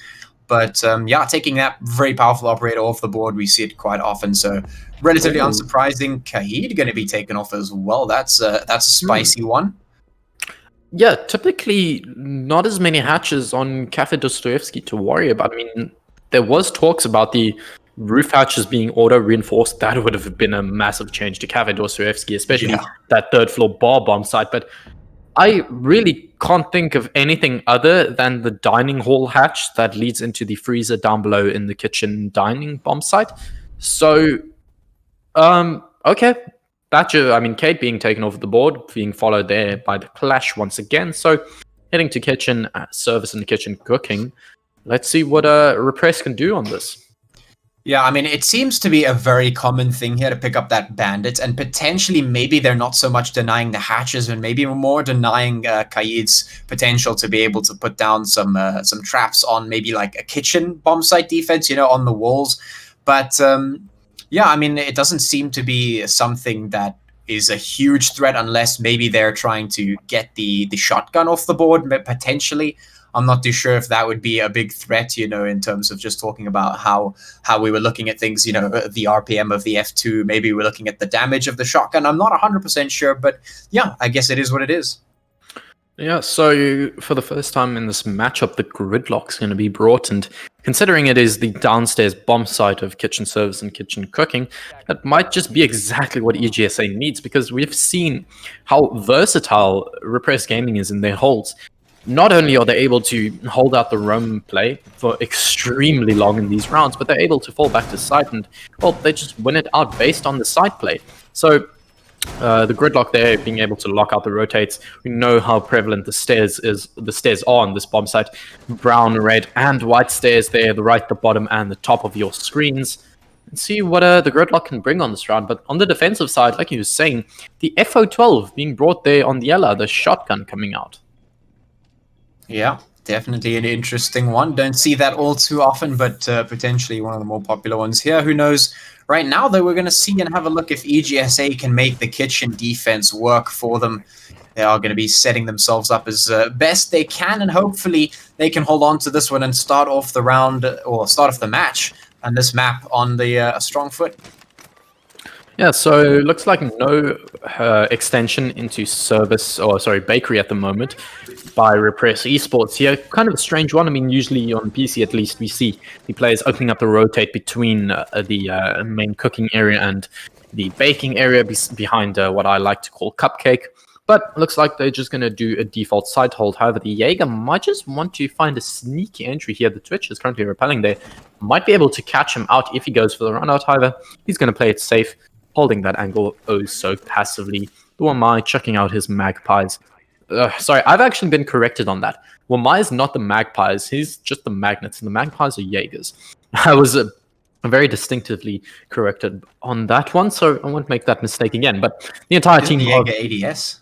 The Jaeger is called both the ADS is like the quick call out in like ranked games, but I think the full name of it is a magpie. The active defense system, the Magpie active defense system. Is that really the name? I think so. I was brought into a Discord call by a few pro players and told, bro, that's not the call out. Well, speaking of call outs, I actually like Cupcake. I like that one. That's a cool one. Yeah, so behind that Cupcake rack there inside of bakery, and well, speaking of callouts, Cocktail, White Stairs, all of these areas can be taken out by EGSA. They're going for a full map clear, but with the FO12 in the hand here at the bottom, Red Stairs, the LI here might just be able to find a very important kill. The Ash already now taking care of this vertical play from Train Museum and mining there. So the vertical play definitely coming out here from the attacking side of EGSA. Now as well opening up that angle towards the bottom Red Stairs angle where the Ella was previously holding. Deception there, continuing his absolute tear from the previous game on Clubhouse, going to be the one to find the opening kill onto Batman, the Bandit now off of the board. Yeah, and EGSA, they need to get into this site. This is the beginning of what could potentially be a redemption for them, and that's a great way to open things up. They might just be able to work with this. They might just be able to get into the site, but it is what needs to happen in, well, not very much time remaining. They're going to have to find a lot, and immediately, how's he going to fall? This is going to make things difficult. The time is really running out here. EGSA not going to find what they're looking for. Oh, finds 2 kills for himself inside of a small bake with that FO12. However, finally getting locked out by, I believe that was the Twitch with the F2. But EGSA, Cookie now getting taken down in a 1v3. The Twitch with the F2, she's done so much for her team, but she can't do any more. With the Carrot Toast, the Wamai to get the final kill. And that's a great round here from Repress Esports. I believe now 7 rounds in a row, if I'm not mistaken. Yeah, no, it would be, yeah. Yeah, 7 or 8, something like that. Definitely a lot of rounds getting thrown down. And EGSA, they need to respond. They need to take some rounds here, because if they let Repress walk away with this one, they're going to be so dissatisfied with the outcome of this. And they've got a lot of work to do if they want to take something back and potentially go for that third map. You know, they have to even things out with 1 round and then take it all the way and then move into the second half and hopefully take a win for themselves. And Repress are looking to stop them, and they're doing a pretty good job so far. Yeah, so the 6-pick off of the Wamai coming onto the mute there. We've seen Repress Esports. They've been playing this Wamai the whole time, almost religiously, switching out from the one player or the one operator with the MP5K to the other. So not too big of a difference in terms of the artillery coming out. However, the utility is going to be a pretty big one. That mute coming out here, you know how solid the drone work has been on EGSA. They've gone for those full roam clears, the full map clears, especially on that previous one where they entered into the top floor bar area, cleared all the way down to mining. And, well, they play the vertical play, so the mute coming out here might just be able to lock out those drones. And, well, if anything, it's a strong operator with the C4 being played by Ufu Dead, one of the best players on EGSA. So you can't criticize it just too much. Heading to Bond Cocktail and see what they can do with this round. Yeah, let's see if this defense can come through here for Repressed once again. Moving up to that 3rd floor, looking to continue their winning streak and just add another round to that chain. We'll see if EGSA can dismantle them or if they'll fall short once again. They've got a lot of work to do, so for their sake, hopefully they can make something happen. Yeah, so heading on into this once again, the gridlock being brought here. Looks like pretty default lineup, I believe. Yeah, the Ella actually once again has that FO12, so even though bar and cocktail, not traditionally a site where you would play very close angles. You got those long hallways, those long angles that can be punished by. So I'm very surprised to once again see the FO12 being brought here on yellow, but let's see what he can do with it. I mean, he got a double kill from South there inside of small break on the previous round, but well, talking about how important the gunplay is, the R4T, one of the strongest guns in this game. However, answered back by the MP5K there on the mute. A great kill to find. However, I do not believe he knows that the player is currently injured, so he might just be able to pick that Ash there on Archika up. Thermite charge, the exothermic being detonated here, opening up the angle into Cigar Lounge here from the top red stairs angle. Yeah. Of course, you want to get in towards that angle. Just plop down in through the hatch, get up those red stairs, blow open the wall as one does. Let's see if it helps them out, though. The Ash is slowly bleeding out. They have not gone for the res just yet. Hopefully they can pick them up. We'll see. There it comes. The res is through, just under 25 HP for him. Let's hope he can stay alive and maybe get something done. That gives them a little bit to work with here. At least they're going to have the man advantage for the time being. And actually, they're going to get another. Peffer goes down, which is good for EGSA. Hopefully, they can continue the streak. Deception going to fall. It's a 3v4 at the moment. Let's see if EGSA can take this one. Yeah, so the exothermic charge has been detonated to allow for the default plant. Notably, he didn't place it far enough to the right side to actually open up onto the freezer angle. So that tells me that is very deliberate. They don't want to deal with those players in freezer. So now in a 4v3, obviously the Jaeger has answered back onto Deception there with the F12, player that has been showing up for EGSA, but the plant is going down. The defenders need to do something about this. The players are currently just dancing in the smoke there. Well, the plant goes down. Now a very tough post-plant scenario. The mute going to be left last alive to retake this. SMG11 in hand, comes up the white stairs angle, spots out the Ash there on the white hallway. Going to find a great headshot. Can he find 3 more, though? This is going to be a hard one to clutch out. The player's spraying him on through the wall. He needs to take care of these gridlock track stingers. There's almost nothing he can do. Finds the kill onto the Zoka, however. 20 seconds on the clock. He might just still be able to do this. So he's swings with the SMG11, MP5K in hand with that 1.5. However, from the side in freezer with the F12, the gridlock to lock it out, and a great kill to find. And, well, it's going to lock out EGSA, their first round in 7 rounds, trailing to the hands of Repress Esports. Yeah, and what a good round for them to take as well. That's a pretty big one for them because they're definitely needing a little bit of momentum going into this one. And, well, that round going to even things out for them a little bit at least and give them a chance to start bringing it back. But they still got a lot of work to do because they still need to take the win in this map if they want to go to a map 3. So basically, we're talking about quite the stretch to go into a win and hopefully get themselves enough rounds in this half, go into the next one, win it out, and then still go to a map 3 to try and win it out against the Repressed. So just quickly, I was talking before the stream, before the game started, about how I know one of the players on Repress Esports quite well, and this round that just happened where Ufu Dead almost clutched that out reminded me of something. I have a clip of Ufu Dead clutching or getting an ace with the sledgehammer and the SMG11. So, chat, if Repress Esports win this one out, I might just bless you all with the link to that. So, let's see if they can clutch this one out. 1-1 round count now, going back to this bar and cocktail area. Let's see what they can do with this one.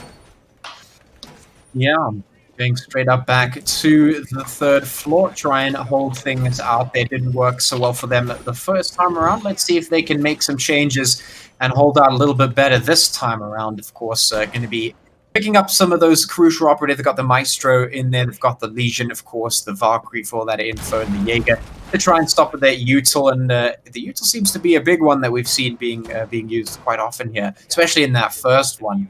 Maybe not so much this time around. We'll see, of course. We'll see if EGSA can continue to put some rounds on the board and maybe make a comeback.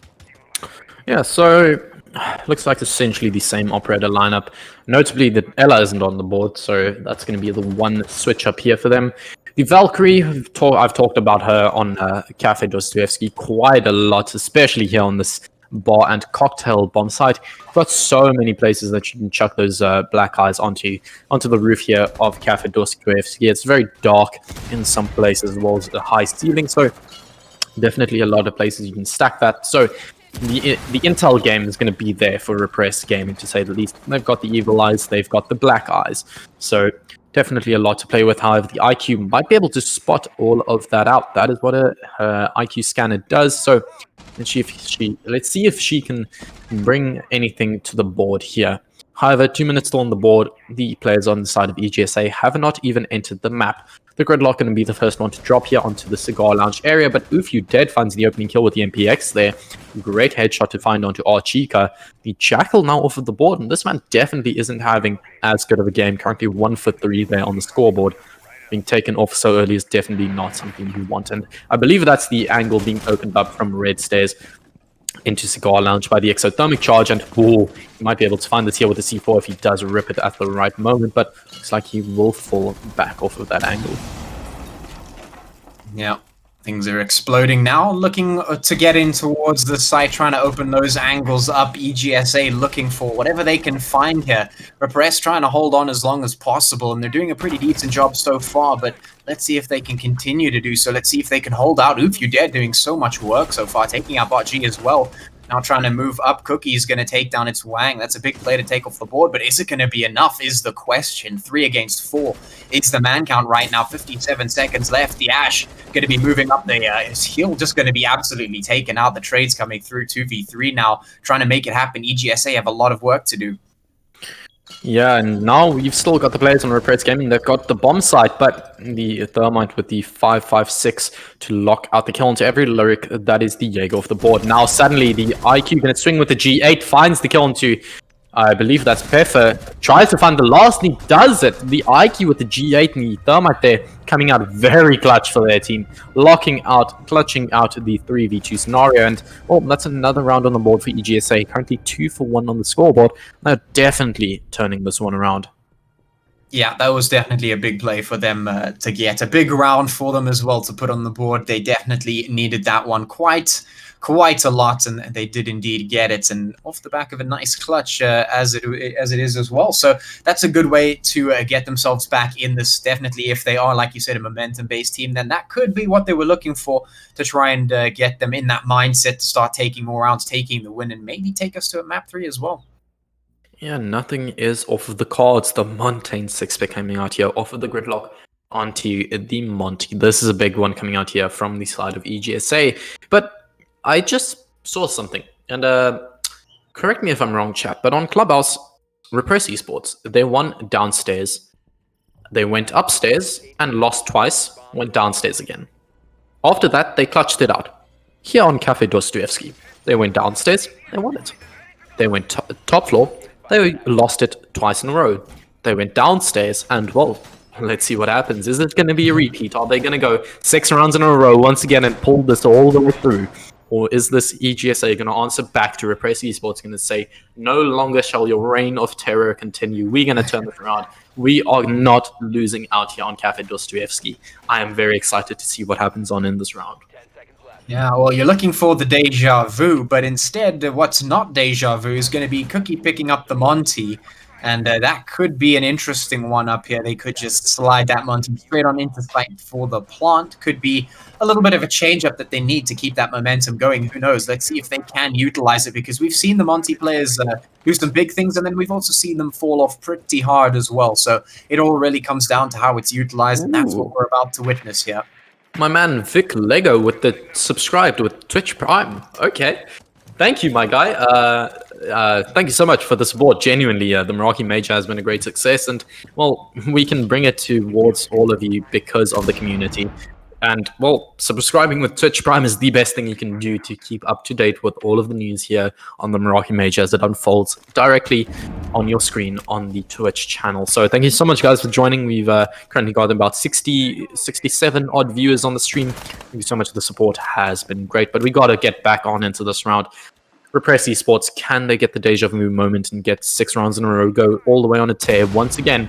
Will this be EGSA to turn it around? You see the Monty here. We're going for a full map clear once again. They want to play these vertical angles because it worked out for them so well last time around, but The drone work coming out here, the Jaeger being spotted out here inside of Train Museum. He's going to have to fall back. However, with the 416C carbine, that's a gun you can put up a fight with. He doesn't necessarily need to fall all the way back. However, the Montaigne is definitely going to be a thorn in his side. Tries to find the first, he does connect, gets Deception, the player that has been showing up for EGSA. The Twitch now off of the board. The Montaigne starting to pressure on into this Jaeger. However, from the side through the wallbang, they aren't going to be able to get this player. However, the Thermite with the 5.56 to confirm the kill. However, look at the HP on the side of EGSA. He's done a bit of damage onto Bocce, the Nomad, as well as Cookie there onto the Montaigne. The C4 being ripped to get those vertical players off, but to no avail.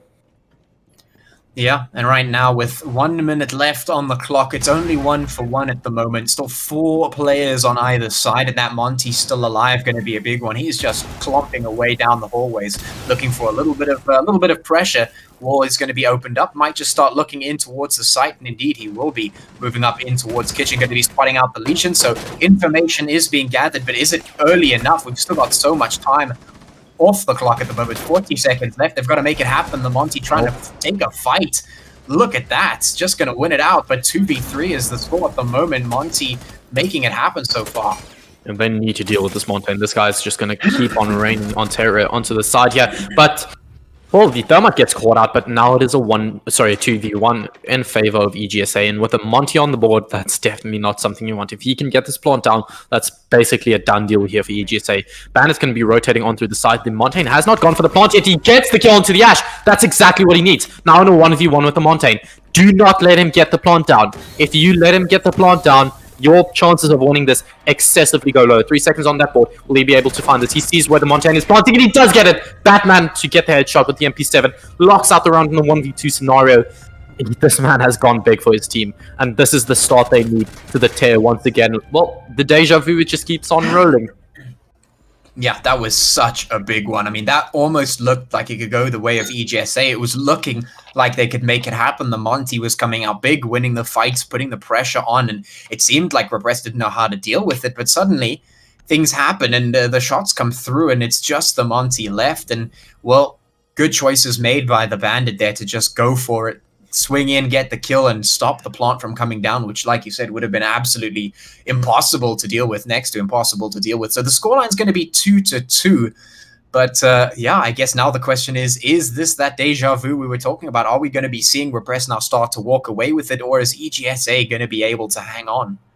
And the big question now, as we were saying on Clubhouse when they went back to their CCTV and cash room defense, this time around on Bar and Cocktail, this is going to be a very important one for them because, well, once again, Siege is inherently a defender-sided game. So heading back to Bar and Cocktail now, the question is going to be, is this going to be a 2-on-4, a 3-on-3, or a 4-on-2? That is going to decide how well your defensive side went, because you don't want to go 2-4. You don't even want to go 3-3. You want as many rounds on the board as a defensive team. So heading back here to this bomb site, obviously they can't go back to the down floor bomb site because of how site rotations work in Siege, so they are doomed to a Bar and Cocktail, library and reading, or dining and mining bomb site. So they can't go back to their primary bomb site. They need to put up a fight here. They need to have that versatility in terms of their bomb sites to be able to lock it out and show EGSA how it's done. The question is, will they be able to pull through right here, right now? Yeah, that is definitely going to be the question that we're going to look to see if it gets answered here as we start things out. EGSA going to be looking to find some info and start getting their way in towards the site. They have found some decent success here in previous rounds, but it really did come off the back of some good clutch work. And, well, you can't always rely on the clutch work. It's not exactly the most reliable thing to put your trust in, so they're definitely going to be looking to try and take it a lot more decisively this time around. Let's see if they can make it happen, as they are now looking for those angles, looking for those picks. Let's see if they can find it. Yeah, so no early engagements, notably. None of these players have taken even a tad bit of damage. So 2 minutes on the board now. They're starting to open up these hatches here onto the red stairs drop down, as well as the cigar lounge, the new balcony side. And, well, they're going to take their time with this. Notably, the almost routine gameplay here on a Bar and Cocktail attack, as me and Patchy have been calling it. well, you open up the hatches, you drop red stairs, you open up the wall into a cigar lounge, and from there, well, it's up to you. You take Pixel, you open up the angles onto Freezer or Default Plant, or you rotate full around to the new balcony area. There's a lot to play, but the initial step is always the same. So the question is, how long does it take you to open up that red stairs wall? Because that is the one thing you're going for. And with a minute 30 on the board, this is quite slow in my opinion. They need to start stepping things up, and here it comes. The initial push coming through, they're taking control of the cigar lounge area. The Gridlock is going to swing wide here onto the white hallway area, and now the wall does get opened. But now they've got a minute 15 to start pressuring on into this bomb site. Yeah, maybe just a little bit slow, but at least they've done what they needed to do to get the control. But the question is, can they convert the control into kills? Can they convert it into a plant or a win even? That's what they're looking to do. And so far, they've still got a lot of work to do. It's 5v5. No one gone down just yet with 56 seconds. That's not in a place you want to be. They need to start finding the kills very, very quickly here, because otherwise they're going to be running out of time. There comes the first Oofy. They're going to find one. There comes Bot G with another, trying to get the shots in. Peffer going to fall in the meantime. It's 3v3 at this point as EGSA start to pull that trigger as much as they can, but can they keep doing it? 30 seconds left. This is going to be tight. Yeah, the thing I don't like is how badly they were forcing that plant. You had a full minute in a 5v5. You don't need to force that plant. You wait for the defenders to make a move. Well, there comes another kill onto the thermite. Looks like, well, the plant is eventually going to come down, but that is if Oof You Dead doesn't have a say in it, and he notably the C4 does not connect. So now Batman left last live. Can he clutch this one out? He clutched out massive for his team in that previous round. The T5 SMG, he might just be able to do the same, but notably almost about 10 HP on this player. One bullet and he will be dead. Tries to, well, he gets the inj to the thermite. He might just be able to lock this one out in essentially a 1v1 at the moment. With bot G here on the Zofia, however, he cannot find it. Zofia with the M762 to lock it out. A great round for EGSA, although it looked very shaky when that initial plant was going to go down. Yeah, I mean, gee whiskers, this is really coming down to the wire at this point. Stuff becoming really, really tight. But ultimately, the big point of that is, the big takeaway is that EGSA, they get another round. It's 3-2. Things are pretty close. And EGSA, they're looking for this. They need to find it because this is such an important map for them to be able to go through a map 3 to try and take that win. That is going to be everything riding on that one. And to get there, they need to do this. And, well, that's a good way to start things out, at least. 3-2, not so bad. They can definitely still make this happen. Yeah, so a 3-2 round count. Obviously, EGSA, they currently have the lead. And, well, it is Repress Gaming's map pick. So are we going to see in quite a change of things that the team's map pick is going to be won out by the opposing team? Might just be the case, but we still have a lot more rounds here on Cafe Dostoevsky before we can make that verdict and tell you all which team is going on into the semi-finals. So definitely still a lot to play for here, and both of these teams still in the running. Yeah, definitely could still swing either way at this point. Of course, EGSA looking to find that win. On the other side, they're looking to try and hold on to this one, take it a quick 2-0. That's what they're looking for. Let's see if they can make it happen. Of course, now we're looking to see if EGSA can make it happen on the attacking side. Orange team, obviously, looking to lock down the defense up there on the third. Yeah, so looking at this defensive lineup, you've got Puffer there on the smoke. Twitch chat, correct me if I'm wrong, but was Peffer substituted out? I do not remember seeing that name in the previous game, and I do quite pick up on names. So, correct me if I'm wrong, but I think that man is new as well. Or Chica there on the sledge, both of these players on the British operators. And the rest of the lineup here coming out on the Mazu, you've been seeing that operator do quite a bit of damage, especially on that previous round, being able to snatch up those drones.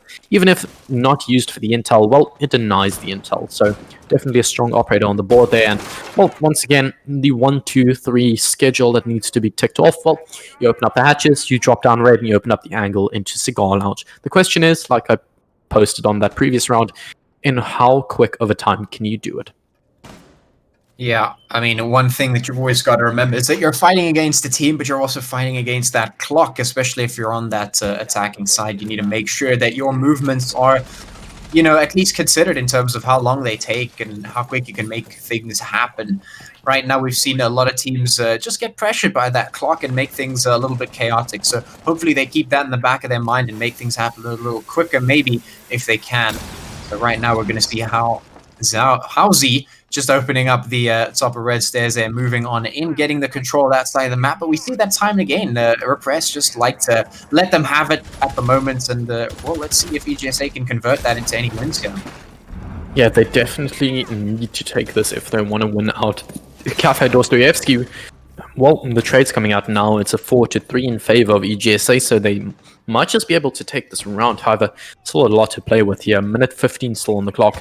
Still so much time when you think about Siege. 1 second can determine anything. So let's see what's going to happen here. 4v3 scenario. Still a lot to play for. Perfect here, starting to chuck out the smoke canisters, trying to delay the push coming out here from Cookie on the gridlock there into the freezer angle, but they've got so much to worry about. And the Twitch now going to go for the default plant, being joined out there by the Thermite, currently having the diffuser. He's trying to plant that diffuser, but the Jaeger, can he do something about it? However, Cookie getting a kill with that, and with that gun out there, swinging out through new balcony, catches out the Jaeger, and now it's looking very dire here for Repress. Yeah, I mean, EGSA definitely looking to take things back, and they're doing a pretty good job of it so far, definitely firing back in a big way. They've got 3 rounds, looking to take another, and it should be all but confirmed at this stage. Batman, the last one left, has to find 4 heads in a row to make this even doable. 20 seconds on that defuse, and, well, it's just not going to happen. He's going to find 1, but Baji going down only makes this a 1v3, and now his position is known as well. So it should be an easy closeout here. And look, there's the peak, and he can't get the swing in time. And EGSA close out another round for themselves. Yeah, they definitely went big on this round. They locked out quite decisively. And the one tiny bit of criticism I've had of EGSA thus far is it looks like they are so set in their motives in what they want to accomplish, to the point where they don't take a second almost ever to just breathe, just think about exactly what you want to do and how you're going to do it.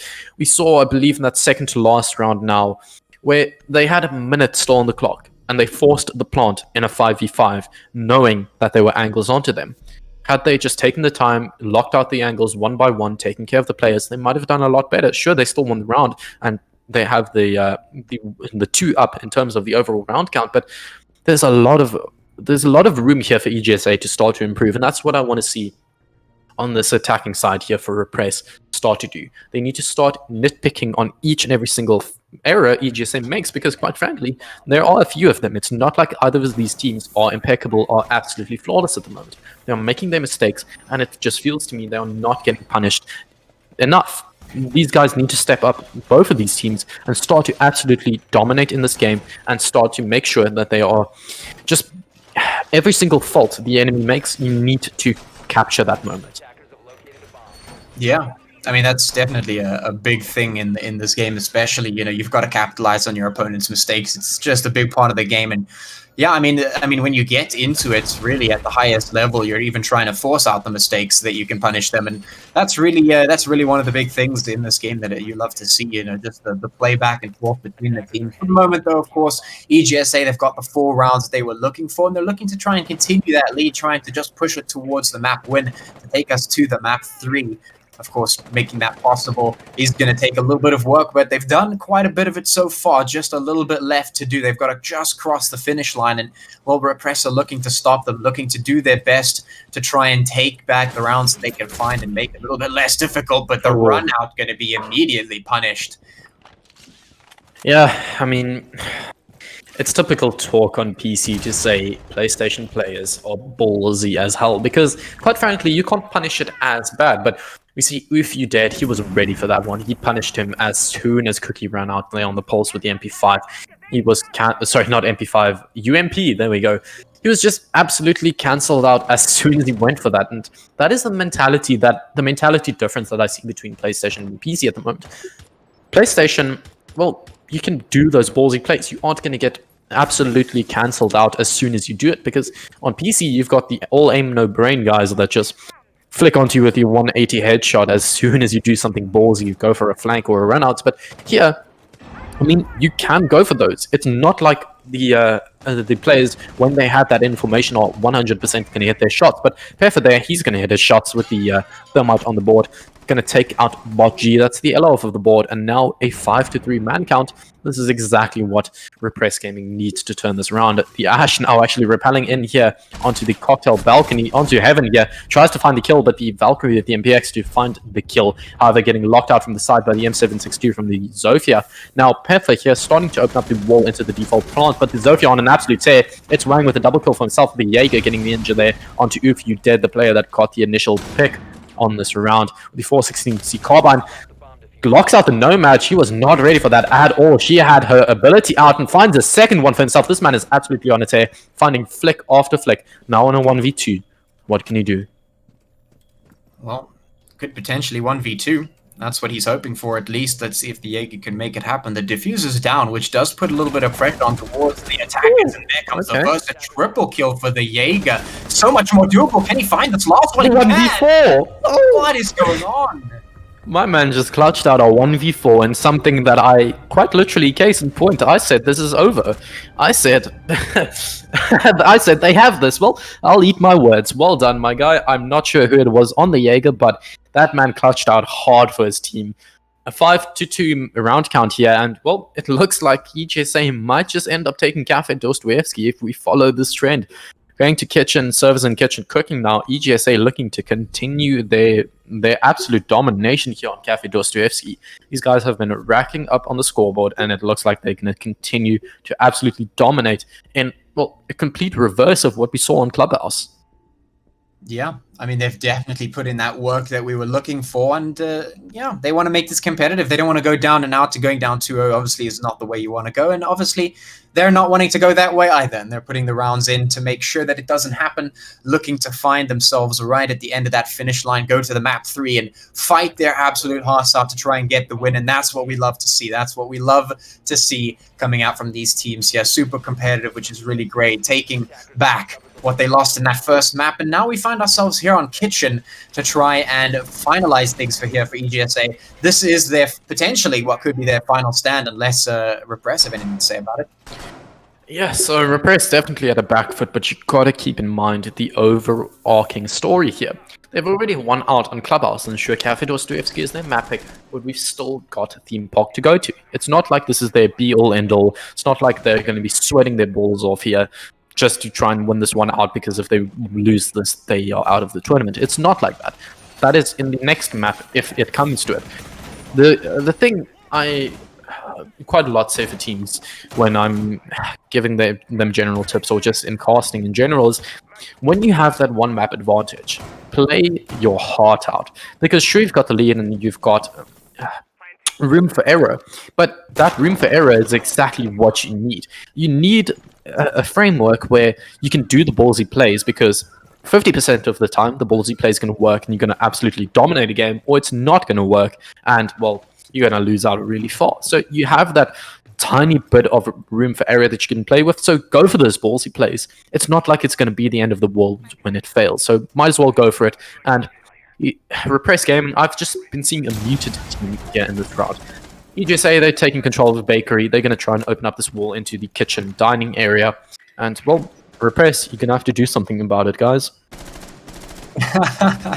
Yeah, well, they certainly will have to do something about it, and let's see what it is that they do here. They are opening up some angles to try and find them in towards EGSA, but so far no one's fallen. The time is slowly running out. Of course, they're going to have to find something, and, well, Lyric is going to be the one to do it for Repress. He finds Grishika, which is the clutcher in the previous round. Cookie goes down as well, so now we've got two huge players off the board, one by one, dropping. Oof You Dead finally going to fall as well, but it's still a 3v4. So much work to do here for EGSA. They're letting it slip, and they don't want to do that. They need to find this last round to close it out. Otherwise, they're going to be fighting, giving Repress another couple of chances to win this out.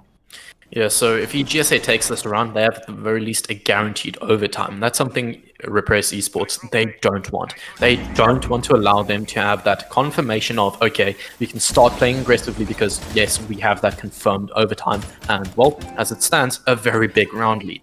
So, Repress Esports, you've got to win this one out. You've got to start pressuring onto this bomb side. Well, you have a 4-3 man count, so you are able to do that.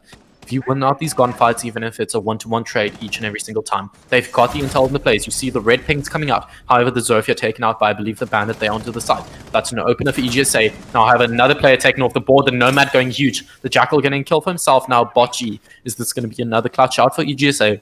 Or is this going to be Repress Esports finally turning things around? The plant going down from the Thermite here. With the Elder in hand, will he be able to do anything? Swings wide, however, from what is that call out again? Okay. Anyway, we'll block it out. Yeah, Jackal manages to find his shots, and it's going to be another round to fight for EGSA. They're going to look to try and make it happen for themselves. They're still only one round away, and Repress have a lot of work to do to catch up. I mean, to even things out, they still need to win 2 more rounds in a row. Now, that's not the most difficult thing to do. It's definitely not impossible. But with EGSA's performance so far, they're really going to have to put in the work to try and take them down. Yeah, so the question is, well, is Repress gonna what do you call it? Are they gonna turn around off of this? I can't remember the exact word, but are they gonna use this round that they've gotten, like we've seen on Clubhouse, and are they just gonna go on a tear once again? Because we've seen Repress Esports, once they get the bloodlust, once they get that tiny bit of, okay, we got this, boys, they just go on an absolute tear. These players it's like a switch just gets turned on inside of them. They just start not caring, well, just winning. So heading now once again to Kitchen and Dining, the one to look out for here is Repressed, because sure, the blue team in EGSA, they've got the lead, but well, they still have a lot to play with. The question is, how is Repressed going to do? Yeah, that definitely is the question, and we'll see.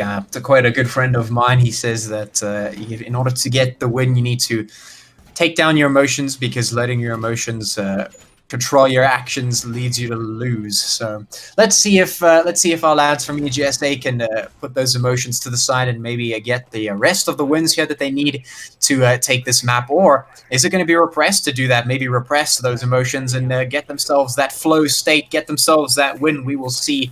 It is about to happen here, round 9. The scoreline is 5-3 so far in favor of EGSA, but that could be swept out from underneath them by Repressed if they manage to play their cards right. Of course, we are down there in towards Kitchen once again, and we'll see if this roam from bot G maybe comes in clutch for them. Of course, the Cav could potentially catch them off guard if they're not ready for it. So they've also got the Echo on the board as well, which could be a big potential player for them.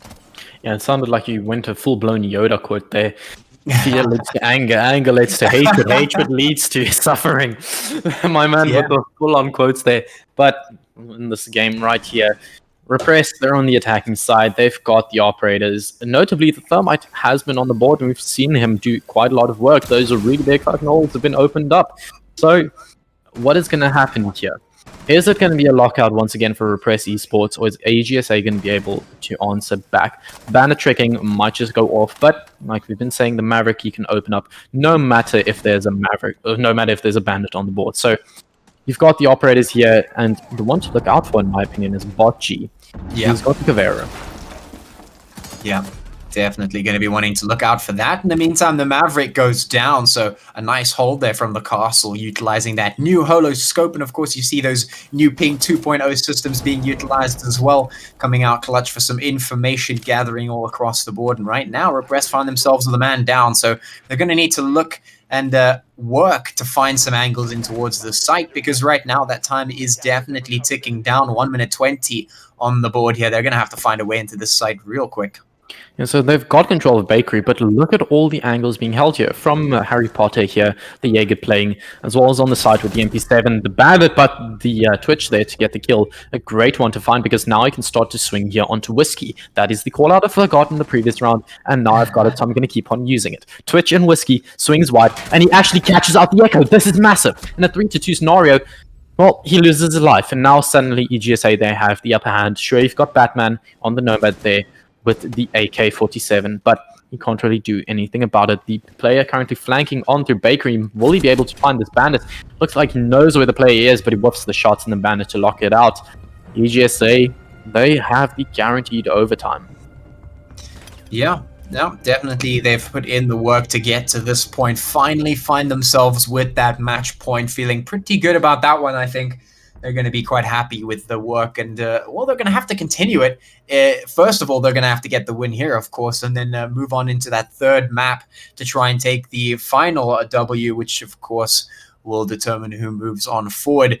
But right now, they still have the chance of being taken to overtime by Repress. I think Repress definitely have the potential to do it. They have it in them, but they just need to cross over the finish line. And the question of whether that's possible or not is what we're about to discover. Yeah, it's always the thing to look out for, and well, they have a very big lead to make up for now. Bar and Cocktail, they're going to be heading there. So, is this the do or die for Repress? Is this going to be the nail in the coffin here on Cafe Dostoevsky, or are they going to finally turn things around? This is their do or die moment, because obviously, if EGSA take one more round, well, they've got control of Cafe Dostoevsky, and they take us on to Theme Park. So. Really, it could still fall either way, but EGSA, they've got a massive lead in this, and, well, they don't have to be as scared as Repress Esports. Yeah, definitely not. I mean, they have some confidence in this one, and they can definitely utilize that to their fullest advantage. I mean, if they want to just straight up YOLO this one, they can.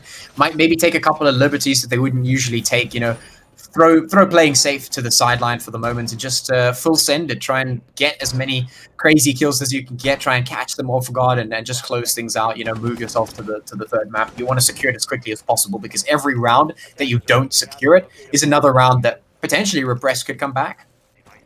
Yeah, so you see the players here on EGSA, they have been showing up. Deception currently 12 for 6. We saw him go absolutely massive as well on Clubhouse, so definitely this guy is a hard carry for the side of EGSA as well. Cookie currently 7 for 7, Halsey 8 for 5. All of these players showing up inside of this lobby, but the opening kill gonna go the way of every Lyric. Halsey now off of the board, losing out on Valkyrie as well.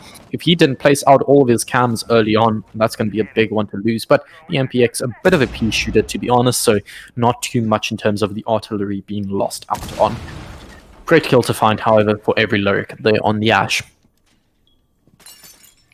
Yeah, they're going to have to continue that streak, though. They're going to have to find a couple more kills here if they want to get a few rounds on the board for themselves. 3 to 6, they're going to have to find 3 if they want to tie things out and potentially go for that overtime. And, well, whether they can do it or not is about to be decided, because it's all going to start with this round. They have to win it out. And, well, they've done a decent job at starting things. They've got that first kill. They're going to have to convert it into a couple more. 1 minute 50 on the clock, and they've got a lot to do.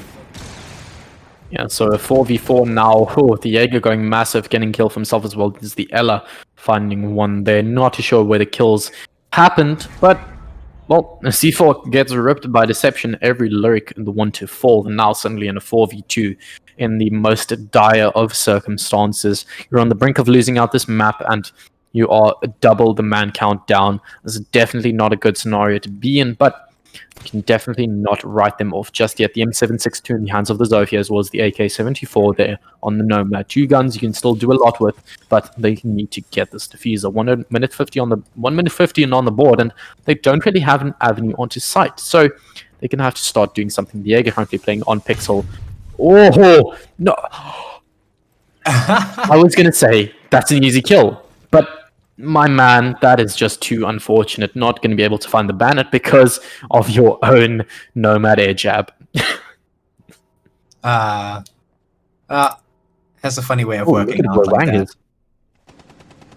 Admin, if you can quickly pan over to It's Wang. My man is currently on site, if I'm not mistaken. Yes, he's on Cocktail. How the hell did he get there?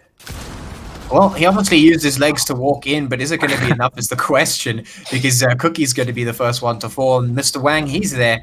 He's going to try and get some angles on, but he hasn't found anything just yet, and now he's been spotted out. Low HP is just going to be taken down. Bot G is going to find those hits. And that is EGSA. They take Cafe. Well, they take Repress Esports' map pick. So we're going to be heading the full way through. We're going to go to Theme Park right after this. Thank you so much, boys, for joining. This has really been an interesting matchup. We've seen EGSA going for a full reverse sweep, and, well, they've done it. They have gone all the way. Now the question is, will they be able to continue that momentum on into Theme Park? We don't know how that's going to go. It is the deciding map. None of these teams have picked it as their preferred map. So it is anyone's game. Yeah. It certainly is. It's going to be very, very interesting to see. But EGSA have gone the distance to make us go to that map 3, so they're looking to try and take the win. Of course, Repress looking to do the same. It's going to be very, very interesting to see how this one plays out. I'm very, very keen. But before that, of course, we will go to just a short break, I believe, before we head on into that third map. Just take a quick breather, and yeah, I guess we'll be right back.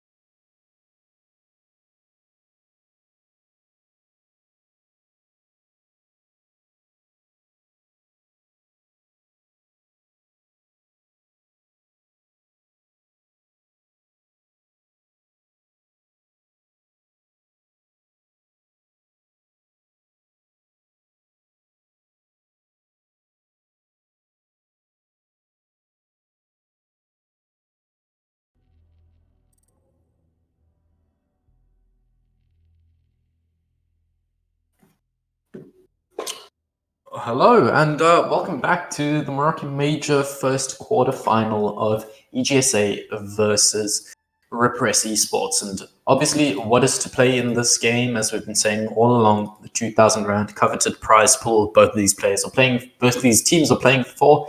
And this is the first quarterfinal of the Meraki Major. Next up, they're going to face, well, the winner of this is going to face either. I am viewing the wrong thing at the moment. A big yikes. There we go. No, I'm still viewing the wrong thing. Okay, I think it was either a Nibble or... I actually can't remember now. I had Twitter up. That's why I had it. I was checking my WhatsApp link.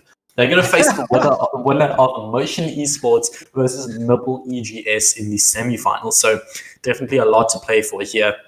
They still need to get through this matchup, though, if they want to head on into that semifinal. So Repress Esports versus EGSA, the first quarterfinal. It's currently 1-1. So currently missing one EGSA player, actually just disconnected out of the lobby. So currently having a bit of a yikes on the stream. I don't know if we're going to head to a quick intermission to get that player back or what's happening. Either way, both of these teams, they've been doing absolutely insanely this game. For my first... Sorry, what? Okay, the player is currently back. I've just gotten the confirmation from the admin. The player is back, so without further ado, we can actually head on straight into the brilliant theme park. Yeah, super cool. I'm definitely keen to get straight on into it. It's going to be a good one. We've seen some heavy work done by both these teams. Repress starting it out strong, but EGSA managing to clap back in that second. And now we're heading on in towards the third and final map. There is no more chance for back and forth, no more chance for the tie. This is it. Somebody has to win right here, right now on this map 3 on Theme Park.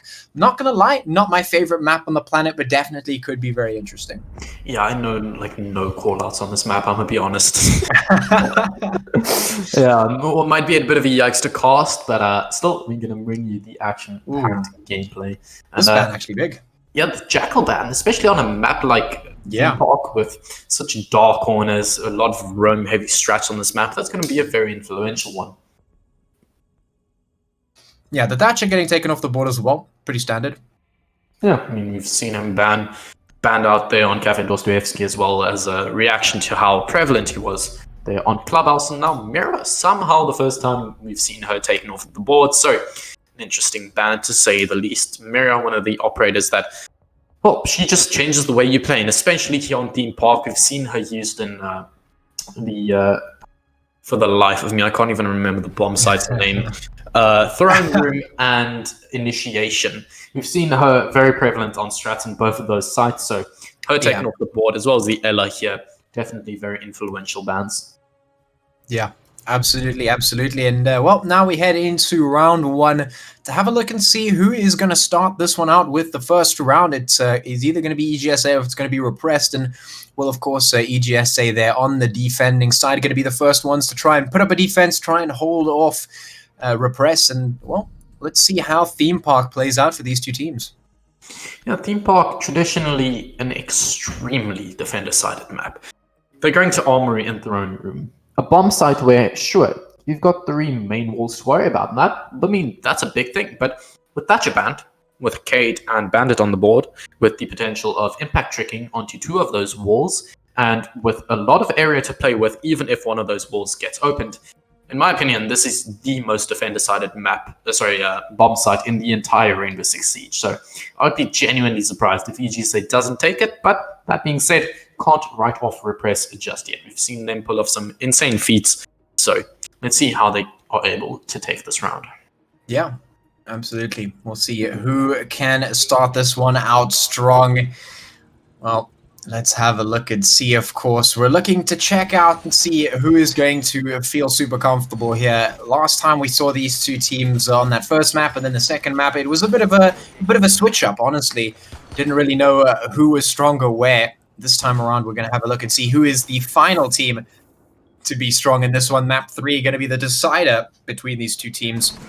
We've got an interesting operator lineup. I must say the visual coming out there for EGSA going to be an interesting one. Could potentially be an interesting combination because, of course, the IQ on the side of Repress definitely a hard counter to that particular operator.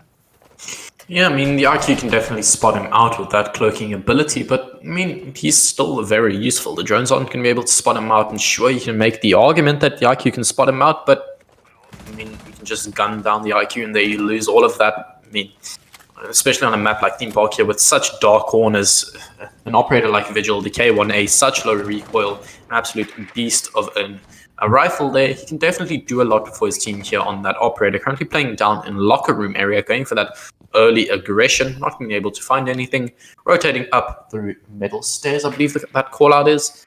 Now, let's see what he can do in clearing out these roamers as, well, if you dead, he's already entering here onto the office area. Pressuring on into waiting room. They're going to start clearing out the west side of this map, and they are inevitably going to find this engagement with the Vigil. The question is, who's going to be ready for this? They spot out the Vigil, they hear the K1A's signature gunfire, and it's the IQ with the G8A1 to lock out the kill. Yeah, a very strong gun. I think a lot of people are in quite consensus of that particular one. Definitely going to be coming out on top there, especially if your back is turned. You're not going to be able to do very much against it. The first frag goes away of Repressed, but they still have a bit of work to do. They still got to get themselves in towards that site and get the bomb down or find the kills. And, well, it is up to EGSA to stop them from doing that. Let's see if they can make it happen.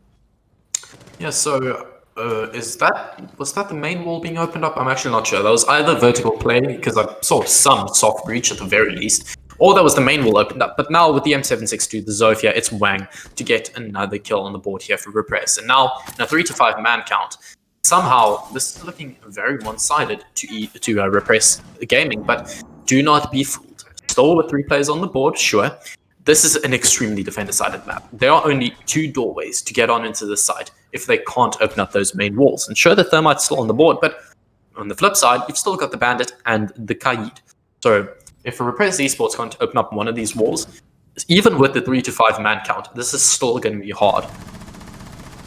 Yeah, absolutely. It certainly will be. I mean, regardless of how this round goes, it's not really a big telltale round. This is the first round. Teams are still somewhat getting comfortable, trying to figure out how they're going to play against one another on this particular map. But that being said, let's see how it plays out. A drop comes in. Cookies takes down every lyric, and some more damage being done. Trade comes through. Everyone's falling on the side of EGSA. It's just Housey remaining. The Kaid to try and make it happen. He finds the first, but he can't find the second. First round goes the way of the attackers.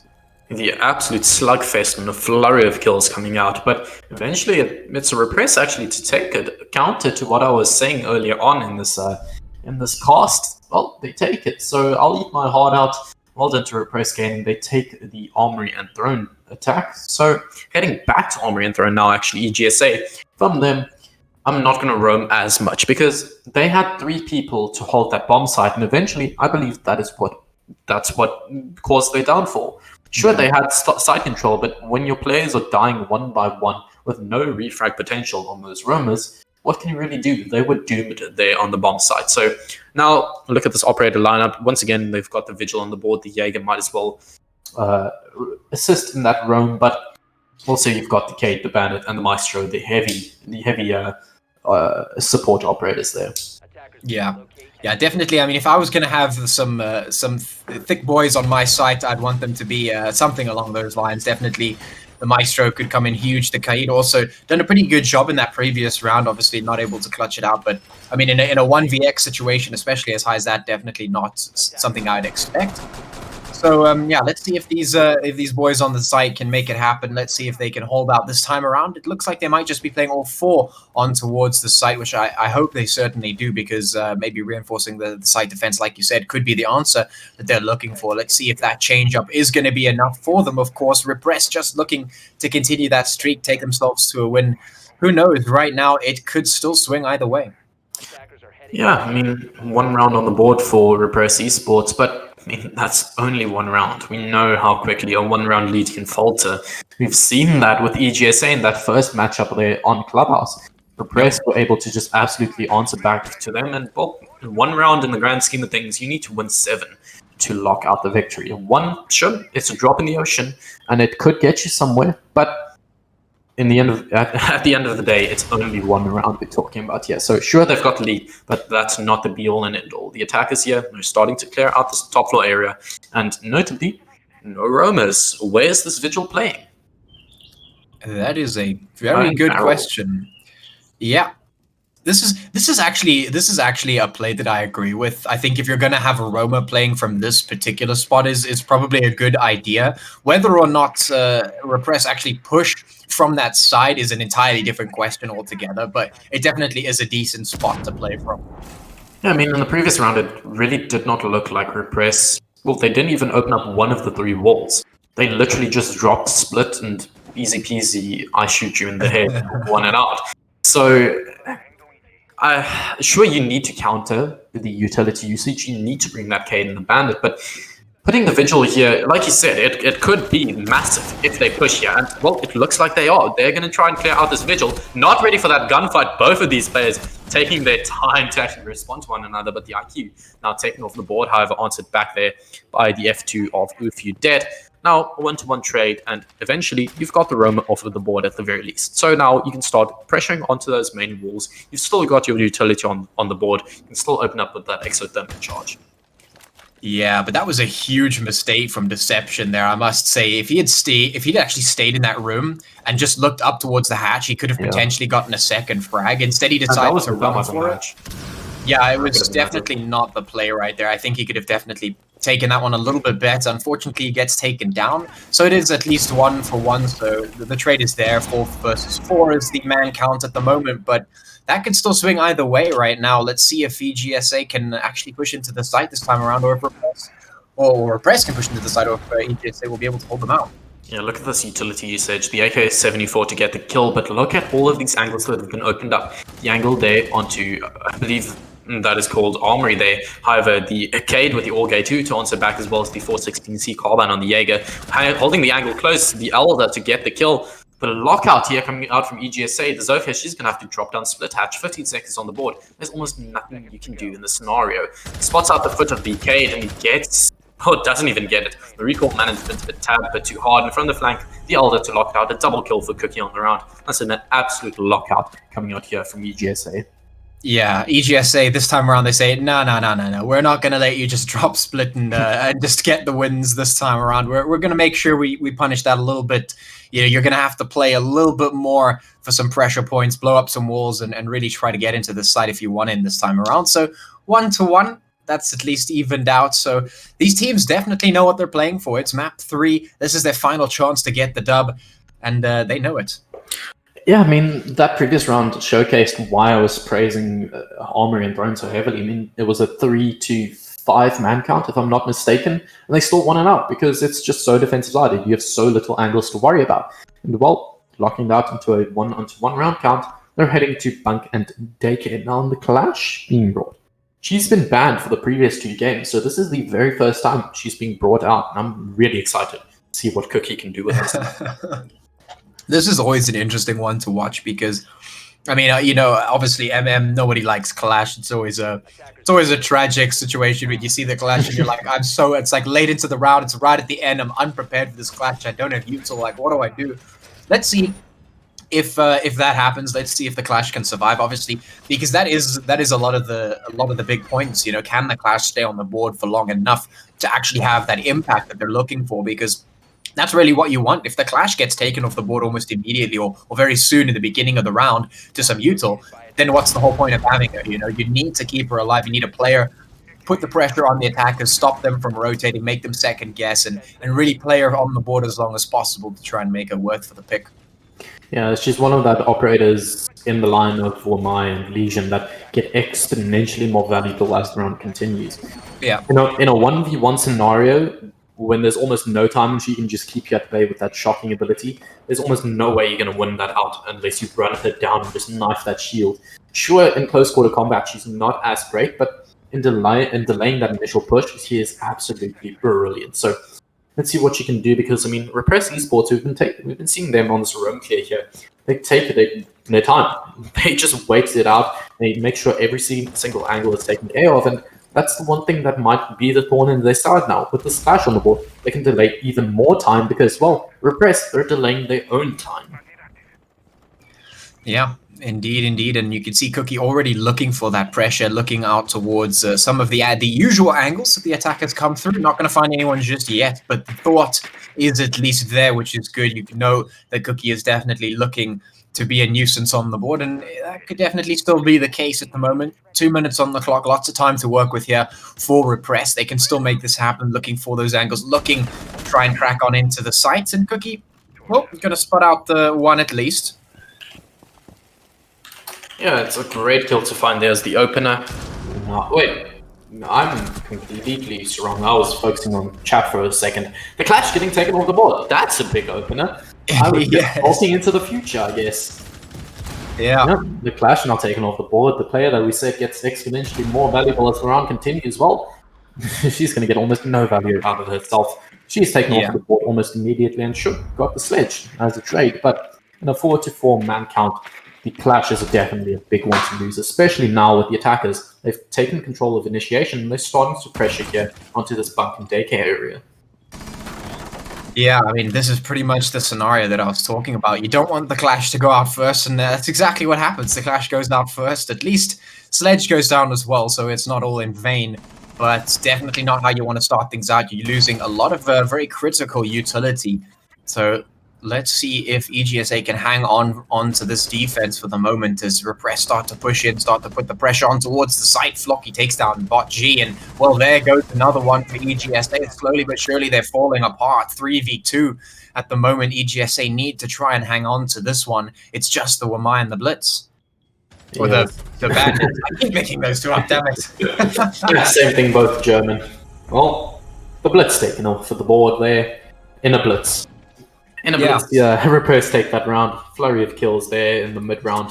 And well, this pre-fire there coming out with the N4. Repress take it. Now they once again have the round lead.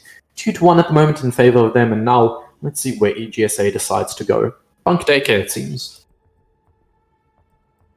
Yeah, this could be an interesting one potentially. Obviously, EGSA need to find a couple more rounds here. Repress looking pretty decent on the dismantle there, and obviously the Clash not working out means they're going to have to pull out another couple of strats. Hopefully it works out for them because, well, it doesn't look like they're going to opt for the Clash this time around. Yeah, so definitely realizing that didn't work out at all. I mean, she was locked up so like instantly. It was the first kill off the board, so really you got no utility out of that operator late, almost no time. So I definitely think it is the play to not run it this time around. See the gridlock there being picked out by, I believe, a Repress Esports. So let's see what they can do with her. Notably, we said at the beginning of this, Theme Park is a roam-heavy map, but other than down below with the Vigil play, we haven't really seen the roamers be prevalent as much. Yeah, I mean, it was actually interesting because even with that Vigil play, he managed to get one kill, but it didn't really come into much more. He could have done so much more damage there in that position, but it wasn't even that play that won them the round at the end of the day, because that's the round that they won. It didn't even win them the round at the end. They just managed to hold on to the sites pretty decently, not give Repress any edgeways into the site, and that's really what closed it out. So yeah, I guess like you said, not really much roam presence here on the map. They're going to be heading up to the second floor to try and make something happen once again, but also the potential for roaming is just sort of diminished, you know, with the operator choice. It's not looking to play to that particular style. Yeah, it's a hard thing to find the balance between just full stacking roamers and just full stacking site, because you need both. If you don't have roamers, they're just going to absolutely collapse on the side and open up every single angle imaginable. And, well, if you only have roamers, your site's vulnerable. So it's always the question of how much of both do we get? Do we get 3 roamers, 2 roamers, 1 roamer, whatever? And that's up to each and every team, and that's up to your own playstyle. But at the moment, they don't really have roamers. And like I said, you need at the very least some of both of them. You can't just compromise completely and get none of either. So if I'm EGSA here, I definitely adapt just a tad bit to get 1 or 2 more roamers on the board. Literally here, you see each and every one of the defensive operators. They are on the west side of the waiting room. They're all on the west side of the map, and like you're seeing there, the Maverick, he's going to start opening up the main wall because there's no roam presence in initiation or office. Yeah, I definitely think that the roam potential is probably something that could be tapped into a little more. It might just be a worthwhile investment to make.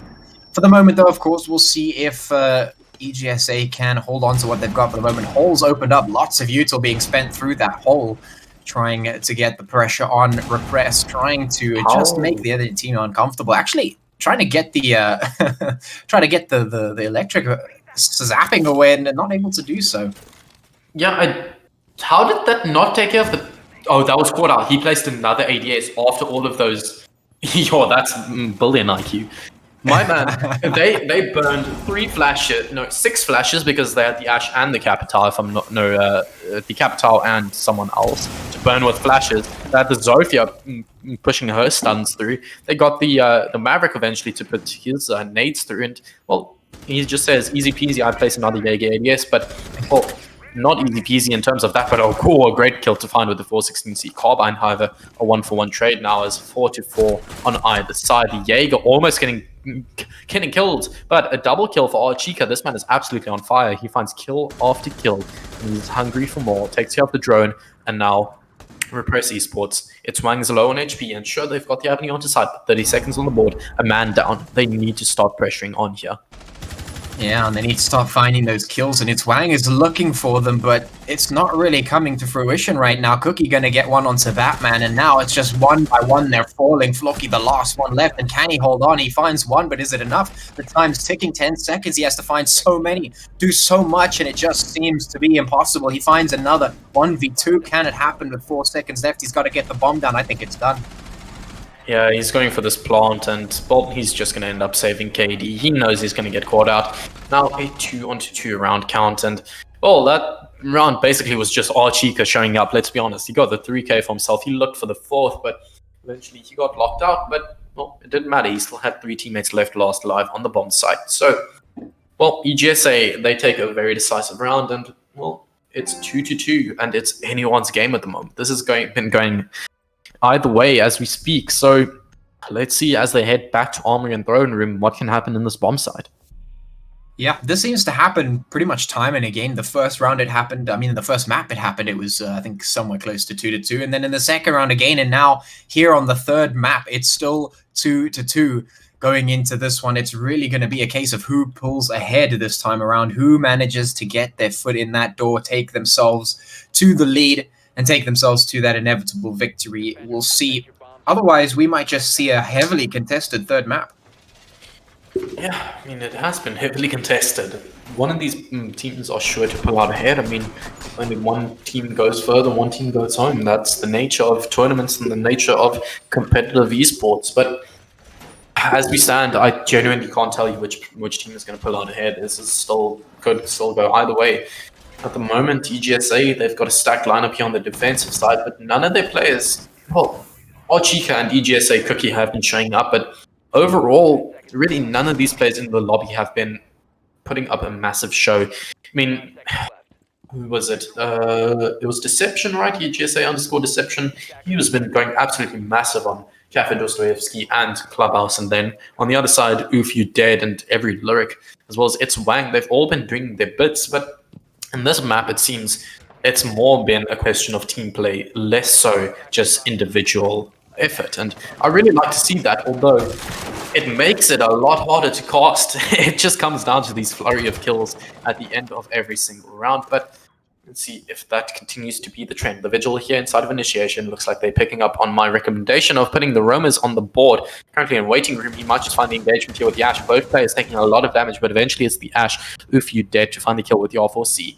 Now, Botg taken off the board. The player currently 1-for-4. Definitely not doing too well here on Theme Park.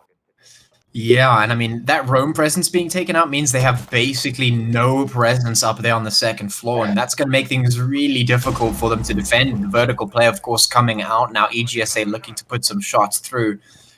But, I mean, Repress, they have the control right now. He's got to find something here. Cookie could potentially find an angle here, but really not being given it for free. He's going to have to work for it, just out of reach. He's looking for it, but hasn't found it just yet. The hatch is going to be open in the meantime. Every Lyric takes down Deception, so EGSA are losing player one by one. Yeah, and the question is, will this be a repetition of the first round or the second round? Is this going to be EGSA have too little members left alive to actually hold this bomb site, or is it going to be this is the strongest defensive bomb site in the entire Rainbow Six Siege, and you can lock it out with a 3 to 5 man count because you only have 3 doorways to worry about, having opened up here this main wall. So the question to me is now, with the Elder, the 416C Carbon, the Org A2, all strong guns, the nade actually coming through, and that's going to do a lot of damage. Looks like they know where Cookie is. They are nading him from above. And well, it's worked out. How's he to drop? Batman there with the M4 to find the kill.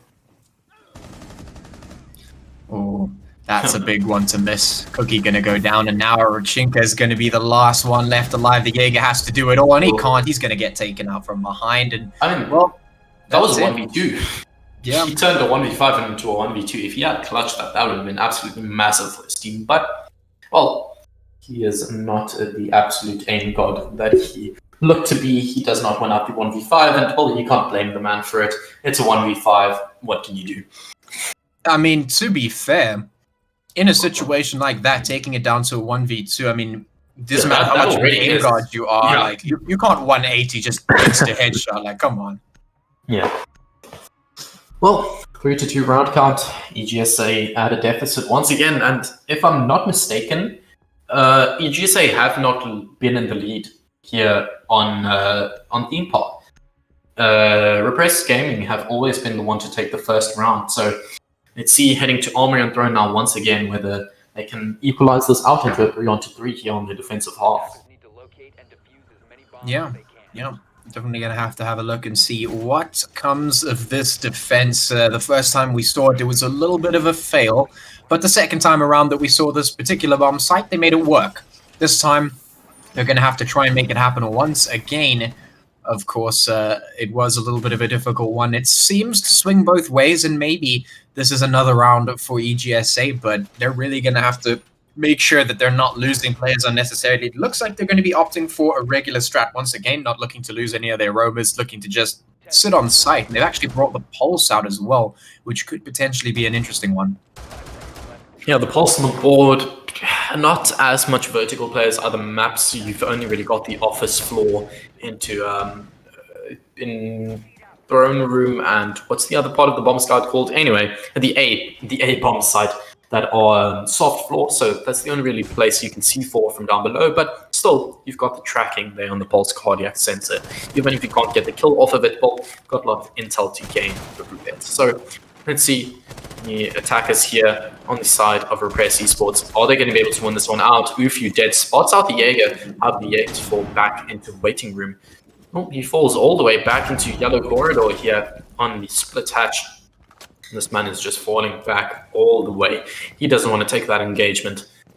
Did a tad bit of damage there onto the Ash, but not really anything to write home about. Yeah, it's a smart play to make, but ultimately he's going to go down, which is once again going to leave EGSA with one player down to try and defend this. And, well, time and again, when we see this particular thing happen and they lose that initial member, it becomes more and more difficult for EGSA to hang on. At least this time around, they've got the Pulse, so they've got a little bit of information in terms of positioning for the enemy team, but can they play off of it is the question. Yeah, so they've already lost this one man now in Archika, so C4 being ripped. That is going to find him. Oh. How did that not connect? Okay. That is so unfortunate. I would want to look at that blast radius to see if that was literally on him and it just did not register. I'd be crying. Oh, okay. Really Second. Oh, no. Unfortunate. That I would be heartbroken at this point. Yeah. Because they have the intel. The Pulse could feed them that 24/7. It's just unfortunate that it does not connect, but a lot of damage being taken here. Halsey on the K, the Pulse, the Valkyrie, they're all on very low HP, so Ufu dead now taken care of. However, the Ash getting put into a DBNO state. However, Flocky is going to heal him back up. So now, still a 4-5 man count, but the HP on all of these players seemingly are extremely low. But 50 seconds on the board, Repress Esports, they need to start opening up one of these walls. Batman, however, to get a kill, and that's a great opener. Yeah, definitely making it happen. So far, so good for Repress. They've got the kills in, and they're looking to get into the site, but they have 33 seconds to do it, and that's a bit of a tight one to make it happen. So they're going to have to pull the trigger really, really quickly. They're going for the information, but they really have to make this work now. Floki trying to get the walls open, trying to open up those angles. They've got to find the kill zone. 20 seconds left. The shots are coming through now. They might just be able to hang on. EGSA, they've got some time working in their favor, and that's just going to get them the kills one by one as they try and go in. They're falling. Here comes the Thermite. He's going to get taken down as well. And suddenly, what was looking good for Repress, not looking so good anymore. Reduced to a 1v1, but low HP for Batman is going to make this so difficult. And there it is. Deception finds that final kill for EGSA. And that's a very important one for EGSA to find, because now equalized out 3-on-3. These teams going tit for tat at the moment. They don't want the other to pull out ahead. It could still fall either way. Repress Esports, they head to their defensive side now.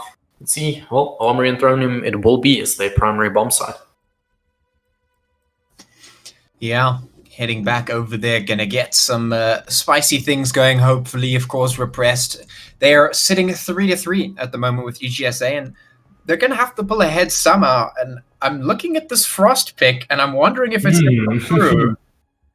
That might just be a 6-pick. Yeah, I was waiting for that. I was like, that's going to be an interesting one to see. Yeah, you didn't have the cave. That's almost a default pick on this side. So yeah. I have the stream open here with the 2-minute delay, and I just watched that C4 kill. I genuinely think that landed right next to him and just did not register. And good old Ubi think that they've got the explosion damage blasts all sorted out. Yeah. Oh, well, never like to see it. But, oh well, it is what it is. Man. That's a big feels bad, man. Yeah. Well, heading here to Armory and Thronium now. Repress Esports, they've got essentially the same operator lineup, but look at Oofy there. He's got Caveira. Yeah. Oof has done some very good work recently. I mean, he was very aggressive on the Ash. Didn't work out for him in the previous round, but he seems to have that sort of play style there that could potentially come in big if he finds those kills, if he finds the opportunities to make something happen. And of course, on the Caveira, definitely a strong one, especially considering we didn't see as much roaming presence for EGSA on the previous half. And now, heading into this one, Repress looking to put the pressure on with the roam, of course, coming out now from Caveira. Got the shotgun, got the pistol ready to go. Let's see if it comes in clutch for Repress, yeah. Yeah, so it looks like, once again, an East take here coming out from EGSA, mirroring what the Repress were doing on their attacking side. But Oof You Dead definitely going to be the one to look out for here. 2-minute 30 now on the clock. Looks like EGSA have definitely been taking their time. So Oof You Dead here on the Caveira, if he can play this Caveira correctly or smartly, he's going to waste a lot of time here on that top floor area, because look at EGSA.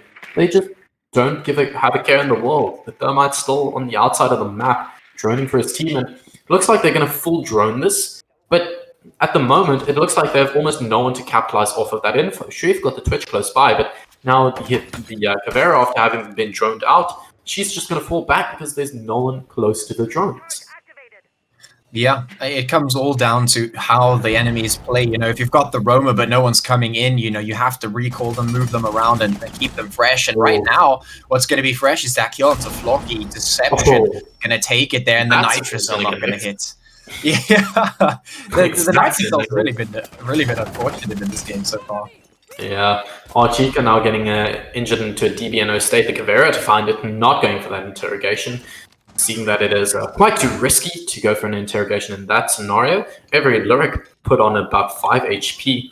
They're down below, I believe, from the vertical angle being opened up by the Twitch. So the Twitch of Deception and every Lyric now both on low HP. So basically a mirrored image on both sides in terms of the operators alive and the HP count on either side. But still, a minute on the board, and EGSA, they have a lot of things still left on their checklist. Yeah. Definitely got a lot of things to do. They've got to crack this site open in 57 seconds. So they've got a lot of work to do, and they have to play off of it right now. They have no chance to hesitate, no chance to really second guess themselves. They've got to execute on their plan, and they've got to do it pretty soon. 45 seconds left on the clock now is all they've got to try and get into this one. And, well, Repress are just going to be pretty happy to sit there and wait out the timer, wait for the peaks to come through, because that's really all that they need to do at this stage. They don't even need to get super aggressive, and they're not. So right now, the burden is all the way on EGSA. They've got to make it happen, and 27 seconds left is all they've got to do it with. Let's see if they can. Deception moving forward. The Legion Mine going to be such a thorn in the foot. Let's see if they can make it happen. They've got very little time to do it in 15 seconds. Yeah, Ufu Dead's definitely the one to look out for here. He's still in Jun locker room. They don't even know his position. He swings wide. He gets the engine to the Twitch. Now on a 3-on-4, 5 seconds on the board. They haven't even opened up the main wall. They're going to have to push through split. And they do, and they get absolutely slaughtered. Yeah. Yeah, that was relatively inevitable at that point. The time was running out. They did not have what they needed. They were not set up for the push, and they weren't checking both angles as well, which is pretty much done and dusted, especially in that particular area. You know, you just can't peek that one way. There's going to be a lot of hell to pay for it, and of course, that's exactly what happened. So 4 rounds on the board now for Repress. 4-3 is the scoreline. EGSA falling slightly behind, but looking to try and even it out once again. Let's see if they can do that. I mean, right now we've been neck and neck pretty much this entire game. Is Repress going to pull this out ahead, or is EGSA just going to even things out again? Yeah, so heading to Bunk and Daycare, if they're able to pull out ahead, that's going to be the first time either of these teams have been more than 1 round ahead of each other. And actually, no, that's going to be the first time Repress has been more than 1 round ahead of each other because, well, EGSA have not been in the lead once throughout this entire matchup. They've been playing for the tie, basically, this entire time. So let's see if Repress can keep on going, maybe build up a bit of a round count lead for themselves, or whether EGSA is going to continue the norm that has been set, and they're just going to play for the tie. Yeah. Definitely going to be interesting to see how this pans out. In the previous round, Repress were able to work with that round count, with that timer working in their favor. Let's see if it happens again. I mean, EGSA, they're going to have to look to pull the trigger this time. They want to set up as quickly as they can, try and get themselves up into a good spot to take it, because if you're going to go for those final second pushes, you need to be set up. You need to have everything going for you. You've got to have those holes open. You've got to have the pressure on. Everything's got to be there, or at least enough has to be there for you to be able to get into that site successfully, because if you're going to put it all down to a split rush with 10 seconds, it is not going to work out for you. Yeah, I mean, that really just came down to what I was talking about earlier, is they delayed time on their own accord because they took so long to get the drone work done. They were delayed because of the Cavera play, and then eventually they were delayed because the utility usage on Repress Esports was just so good that they could not get the wall open. And, well, now, with 5 seconds basically on the clock, they just get absolutely domed because get funneled into a single doorway and get absolutely slaughtered. So if that happens again here for EGSA, well, as I say that, Flocky with a great opener. Cookie taken off of the board. That's a Maverick on, and that's a massive one. Yeah, it's a big way to start things out. The Maverick getting taken out is going to be a little bit of util taken off the board for EGSA. Not going to be able to use that to open up the angles, which was their problem in the previous round. So that might just be a big hit to them. Of course, they still have the Zofia and the Thermite on the board, but you know, you're going to have to utilize them. And with that Bandit on the board still and no Thatcher, it's going to be difficult to try and get those angles going. You're really going to have to position yourself well and hope that it's enough. We've been talking about PlayStation meta this whole day, but I don't think Einsights is meta on PlayStation. I don't know if this man doesn't play Smoke as much and didn't have the sight equipped, but, well, let's see if it does work for him. The IQ here with G8 in hand, looking to pressure up Yellow Stairs. Legion might just find the engagement here, however, decides to back off of it because, well, the Zofia is currently in kitchen and he might be able to find this engagement if he does wait it out. Deception getting taken care of, that's the IQ that was there on the Yellow Stairs, and, well, the Zofia now taken care of. However, Flocky to answer, Chica there with the AK-47 in hand to answer back. Now in a 2-on-4, it's looking very good for Repress. It's looking even better for Repress, a double kill for Ufu Dead. However, Chica to get a kill onto Flocky now. 1v3, however, this is not looking too good. He's on around 20 HP. Cannot get the final kill. Ufu Dead with the MPX in hand to get the final kill. And now, for the first time, more than a 1-round lead here for Repress Esports. Yeah. That's definitely going to be a good look for them. They're going to have the rounds in their favor, and they're going to look to close it out as well, because, of course, that is the point here. We're looking to see who can find that win finally at the end of this after 3 maps, or this at least being the 3rd map after the previous 2. They're going to look to take that dub, and they are almost there. One more round is, of course, going to give them that match point, which is going to secure that overtime at the very least, which is a really great spot to play from. And then, of course, after that, it is very easy to be confident and play around the map. And that's what they're looking to get. So let's see if Repress can make it happen, or if EGSA will be able to fight back and get themselves a couple rounds on the board now to even things out.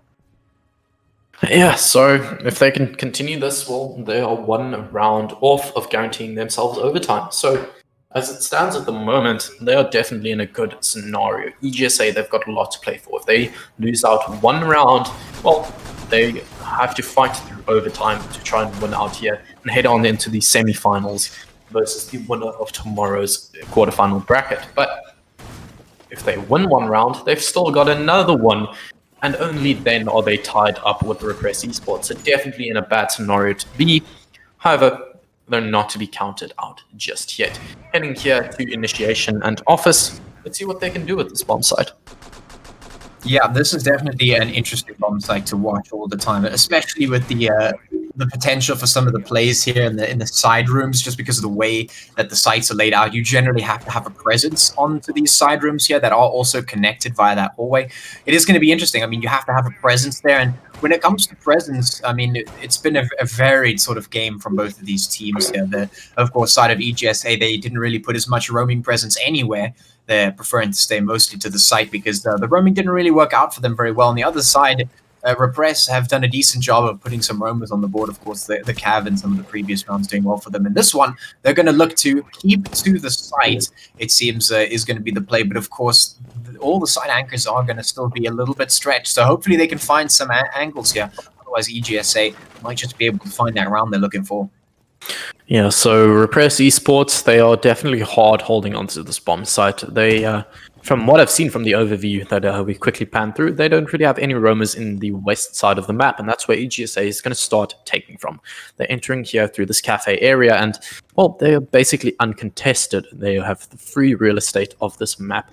But the question is, will they be able to open up these main walls? Sure, you've got the Maverick, but Repress Esports, they're going to do every single thing they can to deny this. Yeah, they certainly will. They want the rounds, and they're very, very close. The Maverick going to be popping that evil eye with the torch, which is a pretty decent way to do that. And it looks like the rest of those evil eyes are going to be having a pretty bad day here as, well, EGSA starting their run here, using that Maverick to try and open up the walls. And so far, it's been working out. But can they utilize these holes? Can they make the kills that they are looking for? Because if they can't, it might just slip out of their grips once again, and that would be very tragic. But looking through the shots through those little peak holes, this is coming down. And the recoil management is just a bit too hard. However, it does find around 40 HP of damage onto the meat of Goofy Dead, and that's an important one to find. That is the Maverick off of the board. Well done, Floki. That is an insane one to find. However, Bocce answering back onto every Lyric the Bandit taking off of the board. But look at the HP there on Chica. If he gets almost a single bullet or even the electrified wall, he is dead. Now, how is he put on into a DBNO state? That's the other hard breacher potentially off of the board, so now a lot to worry about. But look at where the Ash is currently playing. Sure, it's a 4v1, but he is currently on the side. He does not... Oh, the 4v1 is to the other side. It's EGSA. It's Wang is left last live, and he gets absolutely domed by the F2 in waiting. Yeah.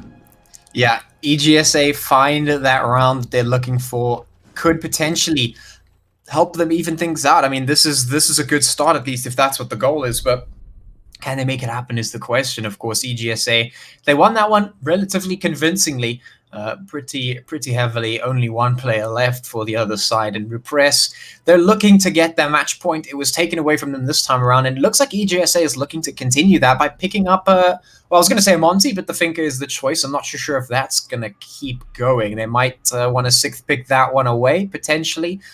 Yeah, there it is. Okay. Oh, so they hover the Monty, they pick the Finker, and then they... they knew they wanted the Monty. They basically just wanted to bait it and not reveal it in the pick phase. So a smart play there. The IQ plays coming out here. Obviously, just as much as you have the big brain plays inside of the round itself, you have the big brain plays in terms of the operator picks themselves, because you can bamboozle your enemy team and thinking you're taking one operator, and well, then you bamboozle them with another, and there you go, easy round. But let's see if it's going to be bamboozle easy round here for EGSA with this Montaigne. Yeah, every time I see the Monty coming out, I always have to think, is this Monty going to be the hit on this? Because that's really what it is with Monty. It is either the hard hit or the hard miss. There is almost no in between with this operator. Either he does all the work or he does none of it. And, well, we're going to have to see if Cookie can make it happen this time around. I think it did work out relatively well for them. Of course, a clutch play from the Bandit is what closed it out in the previous one. This map, let's see if it works out differently. Let's see if EGSA can make it work and get the plant, get the kills, and find what they're looking for to even things out, or if Repress are going to be able to answer back. And I'm just imagining the Monty doing the hit or miss, I guess they never miss, huh? This massive 150 kilogram man in his full armor. Anyway, yeah. Heading on to this bomb site, this is the one I was talking about earlier, how defender-sided it is. So let's see what Repress can do on here. If I'm not mistaken, they won it out previously, so let's see if they can continue that trend and win it out once again. Yeah. So start things out. Of course, the timer, plenty of time left for these teams to start things going for themselves. Of course, EGSA looking to set themselves up, looking to make their way into the site and hopefully utilize that Monty in doing so, just to really put the pressure on. I mean, Monty is just a big walking shoot-me target that doesn't take any damage from the front or some of the sides. So you definitely just want to walk him on and just walk him into the site and hopefully get yourselves into a good spot, and let's see if they can make it happen. Now, Cookie slowly pushing up, searching things out, making sure to check all those angles, check all those corners, make sure things are going. But in the meantime, Move You Dead going to start things out. Trades come through, and already EGSA on the back foot, 3-4. And, well, we still have plenty of time left. Yeah, minute 40 on the clock, and, well, the Monty, he's off the board. Unfortunate to see. Feels like every single time we have these unique operator picks, the ones that we think are going to influence the entire round, well, they just get absolutely domed by a strong gun. And, well, that's the end of that. The Jaeger now playing the bullet holes there onto the long hallway, the yellow hallway there. Almost going to find the Ibana. Does swing wide. He does eventually get the Ibana, but not in the angle mentioned previously. However, still a very important one to find. Now only Halsey and Deception, two very capable players, but in a 2v4 with one of the most defensive-sided bomb sites in the entire Rainbow Six Siege, there's not much you can do. Tries to find the first, however, a tad bit of damage taken here by the Thermite. 50 seconds on the board. Yes, you have the diffuser, but so much to play for. Yeah, definitely a lot of work to do. It's 2v4. Halsey and Deception have to do so much work. They've got to find so many kills. Thermite and Twitch to find them all. Yef2 could potentially do something, but there he goes. The Roni is going to outshoot him. Now it's Wang. He's going to find the last two. Deception goes down, and it's done. And it dusted. They finally find that match point round. Yeah, and that's a massive one. Now on match point, one more round.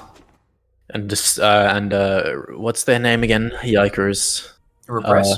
Repress, there we go. Repress Esports will be heading on into the semi-finals, which would be a pretty big upset from what I've heard from the PlayStation boys. EGSA, a pretty well-known team, and obviously you never like to see people go home, but, well, that's the nature of it. Someone needs to go home tonight, and as it stands, if Repress can get one more round, it's gonna be EGSA to head home. So, as it stands, heading to Bunk and Daycare, they need to win one round in the next two.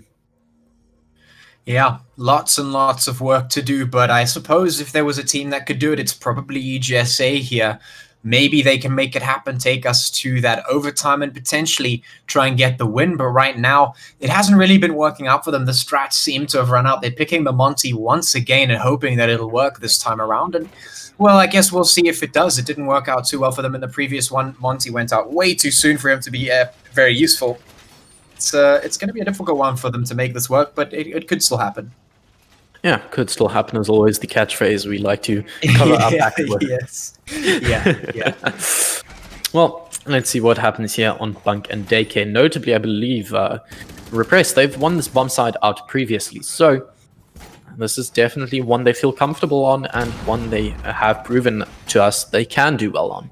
Let's see if that happens once again, whether this is a lockout right here, right now, or whether they lose this one, and they are able to go to another bomb site they are really good on, initiation and office, because once they lose here, or if they lose here, they're able to go back to that because of how site rotations work. So they definitely still have a lot of room for failure here, even though you don't always.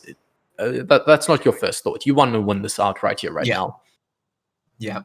Yeah, I mean, we always talk about minimums and room, but you never really want to work with that. That's sort of a fallback option. It's something you don't really want to rely on, because if you are, it really comes down to a wire that makes you uncomfortable. You want to just try and absolutely push it all away, get as many rounds as you can, go for the win every single time. Strategic sort of losses can be taken, but ultimately here in this game right here, you want to just take the win as soon as possible, and that's what they're looking to do, opening things up very quickly here. Is Bot G with the Ash, not going to find anyone just yet though, and so far nobody's fallen, but at least they're pulling the trigger quick this time. Yeah, Cookie might just push on through there, but look at the crossfire being held. Every Lyric, Flocky, and Batman all holding this doorway from waiting room. So the Montaigne, he's not going to be able to just walk on in. He's definitely going to have to be dealt with. But Ufu dead down below, he could definitely be a thorn in the side. But look at Deception, he's been taken care of right away in a DBNO state, but he's not in a very comfortable place to actually heal himself back up. Yeah, definitely not a good spot to be in. You don't want to be down but not out. Now his team has to come and rescue him if they want a chance at 5v5ing this. Otherwise, it's going to be 4v5. And that's not a position you want to be in when you're trying to stop the other team from winning, because, of course, they are sitting on that match point. They're so close to taking that victory. Just one more is going to give it to them, and they're looking to take it convincingly. How's he taking so much damage? Not finding any of the players. Very low on HP, but doesn't go down just yet. I say that, and he just goes down immediately, getting taken straight off the board. Now, lots of kills going through EGSA. It is slipping out of their hands one by one. The players falling. They've got so much work to do, but with a minute on the clock, can it happen? Still on the board is Cookie. He's got that Monty. It could still work for them, but the time is running out. Yeah, the time is definitely running out. 50 seconds on the board. Sure, they've got the diffuser and they've got the Cookie. They can play behind him, but in a 3v4 scenario, the 100 HP on all of the players here on the side of Repress, and as another player falls, this is not looking good. You've got the Montaigne, and he goes for the aggressive play, but the Bandit just keeping his distance. The smart play here.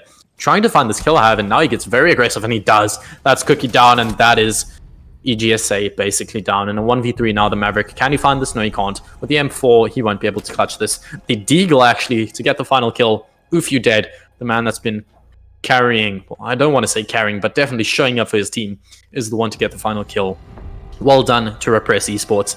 They take Theme Park in a very decisive victory at the ending of the game, at the very least. The start of this was it was quite tight. You couldn't really see who was going to win it out, but eventually in a 2-1 overall map count. Well done to Repress Esports. Yeah, a hard-fought victory it was, all the way to 3 maps, and finally Repress find that victory that they were working for, and they get that W and move forward. Unfortunately, EGSA going to be moving home, but what a victory it was. What a hard-fought set of matches that we had. Definitely very interesting to watch. Yeah, definitely. This has been, as my first PlayStation game, definitely a good entry into the scene. As well, I gotta say, Twitch chat boys, you guys have been showing up for the PlayStation community. We had consistent above 50 viewers, and we peaked at like 110. That's genuinely amazing for a quarterfinal game. Yeah, absolutely, absolutely. And I guess with that, we need to also update you on some things happening behind the scenes. I believe there was another match that was supposed to happen this evening, but I don't think that's going to be happening anymore, can you? Yes, so we would have had ATK versus, I believe, Meraki. No, Leiden. So that unfortunately won't be happening due to unforeseen circumstances. Don't know what the news is on that just yet. Just know that game isn't happening tonight. We're going to have to postpone it. Don't know when the game will be scheduled for, admin. When is that game roughly going to happen?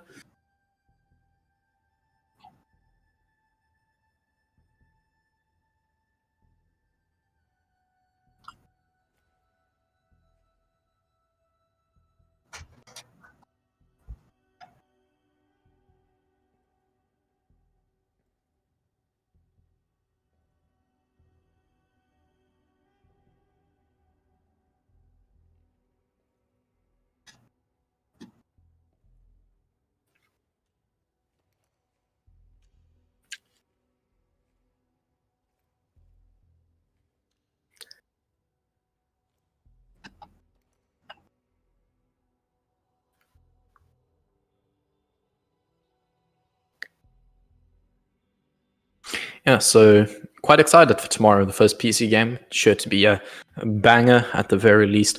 The Meraki tournament has definitely been a great success thus far. And before we head out, Patchy, anything you want to quickly plug? Well, I mean, yeah, I just want to say thank you so much, guys, for making this one a good one. It's good to see the support. Definitely keep supporting esports. It's definitely getting bigger and bigger. It's growing up there. Just supporting your favorite team, supporting the tournaments that are happening is super, super big. And yeah, I guess with that being said, just also you can go check me out, Patrick, when it gets down there somewhere. Kanye Deepers as well, somewhere on that side as well. Or that I'm not sure. One of the sides, it's there. Just go check us out. We're doing stuff. We out here, boys. And yeah, thanks for tuning in. We'll see you at some point in the future. Yeah. Thank you so much, boys. Be sure to head over to my Twitter, where I'm going to be giving some info on interesting things I have planned for the future. I don't want to leak out too much just yet, but just know if you're an esports fan, you're going to be interested in the big moves I have planned. But excited for that. Sorry about that. My mic was not enabled on OBS, unfortunately, for that whole duration. So they didn't. No, sorry for those just having a very blank moment watching the stream. Sorry. The match between ATK and Leiden has been cancelled. Leiden have going to play Regicide now on Thursday, and ATK moving through to the semi-finals, which should be played on Friday night. Reason being, Meraki had to pull out the tournament because of certain circumstances, which will be communicated to everyone watching. So yeah, you guys will get some information on that. And yeah, that's pretty much that part. So we were just sitting there like for the whole time, just staring blankly. Yes, sorry about that, guys. But big shout out to Kanye and Patchy for casting. I think people in chat appreciated it, and yeah, the insane views in the first stream, and hopefully we can keep it up. Yeah, thank you so much, guys, for joining. This has been the first quarterfinal of Repress versus EGSA. Obviously, as we've been saying earlier on, the winners of this game are going to face Repress, having won that, are going to face either Motion or Nibble, as the winner of that is going to head on into the semi-final versus Repress later on in this tournament, later on this weekend. For the long weekend, we have a lot of Siege coming up this long weekend. So be sure to sub to Team Meraki Gaming here on Twitch. Be sure to follow us on Twitter, Team Meraki GG, I believe is the Twitter handle. It should as well be in the Twitch description. Follow all the links. Myself, Patchy, we make some great content, and thank you to Meraki Gaming for giving us this opportunity. And without further ado, cheers, boys.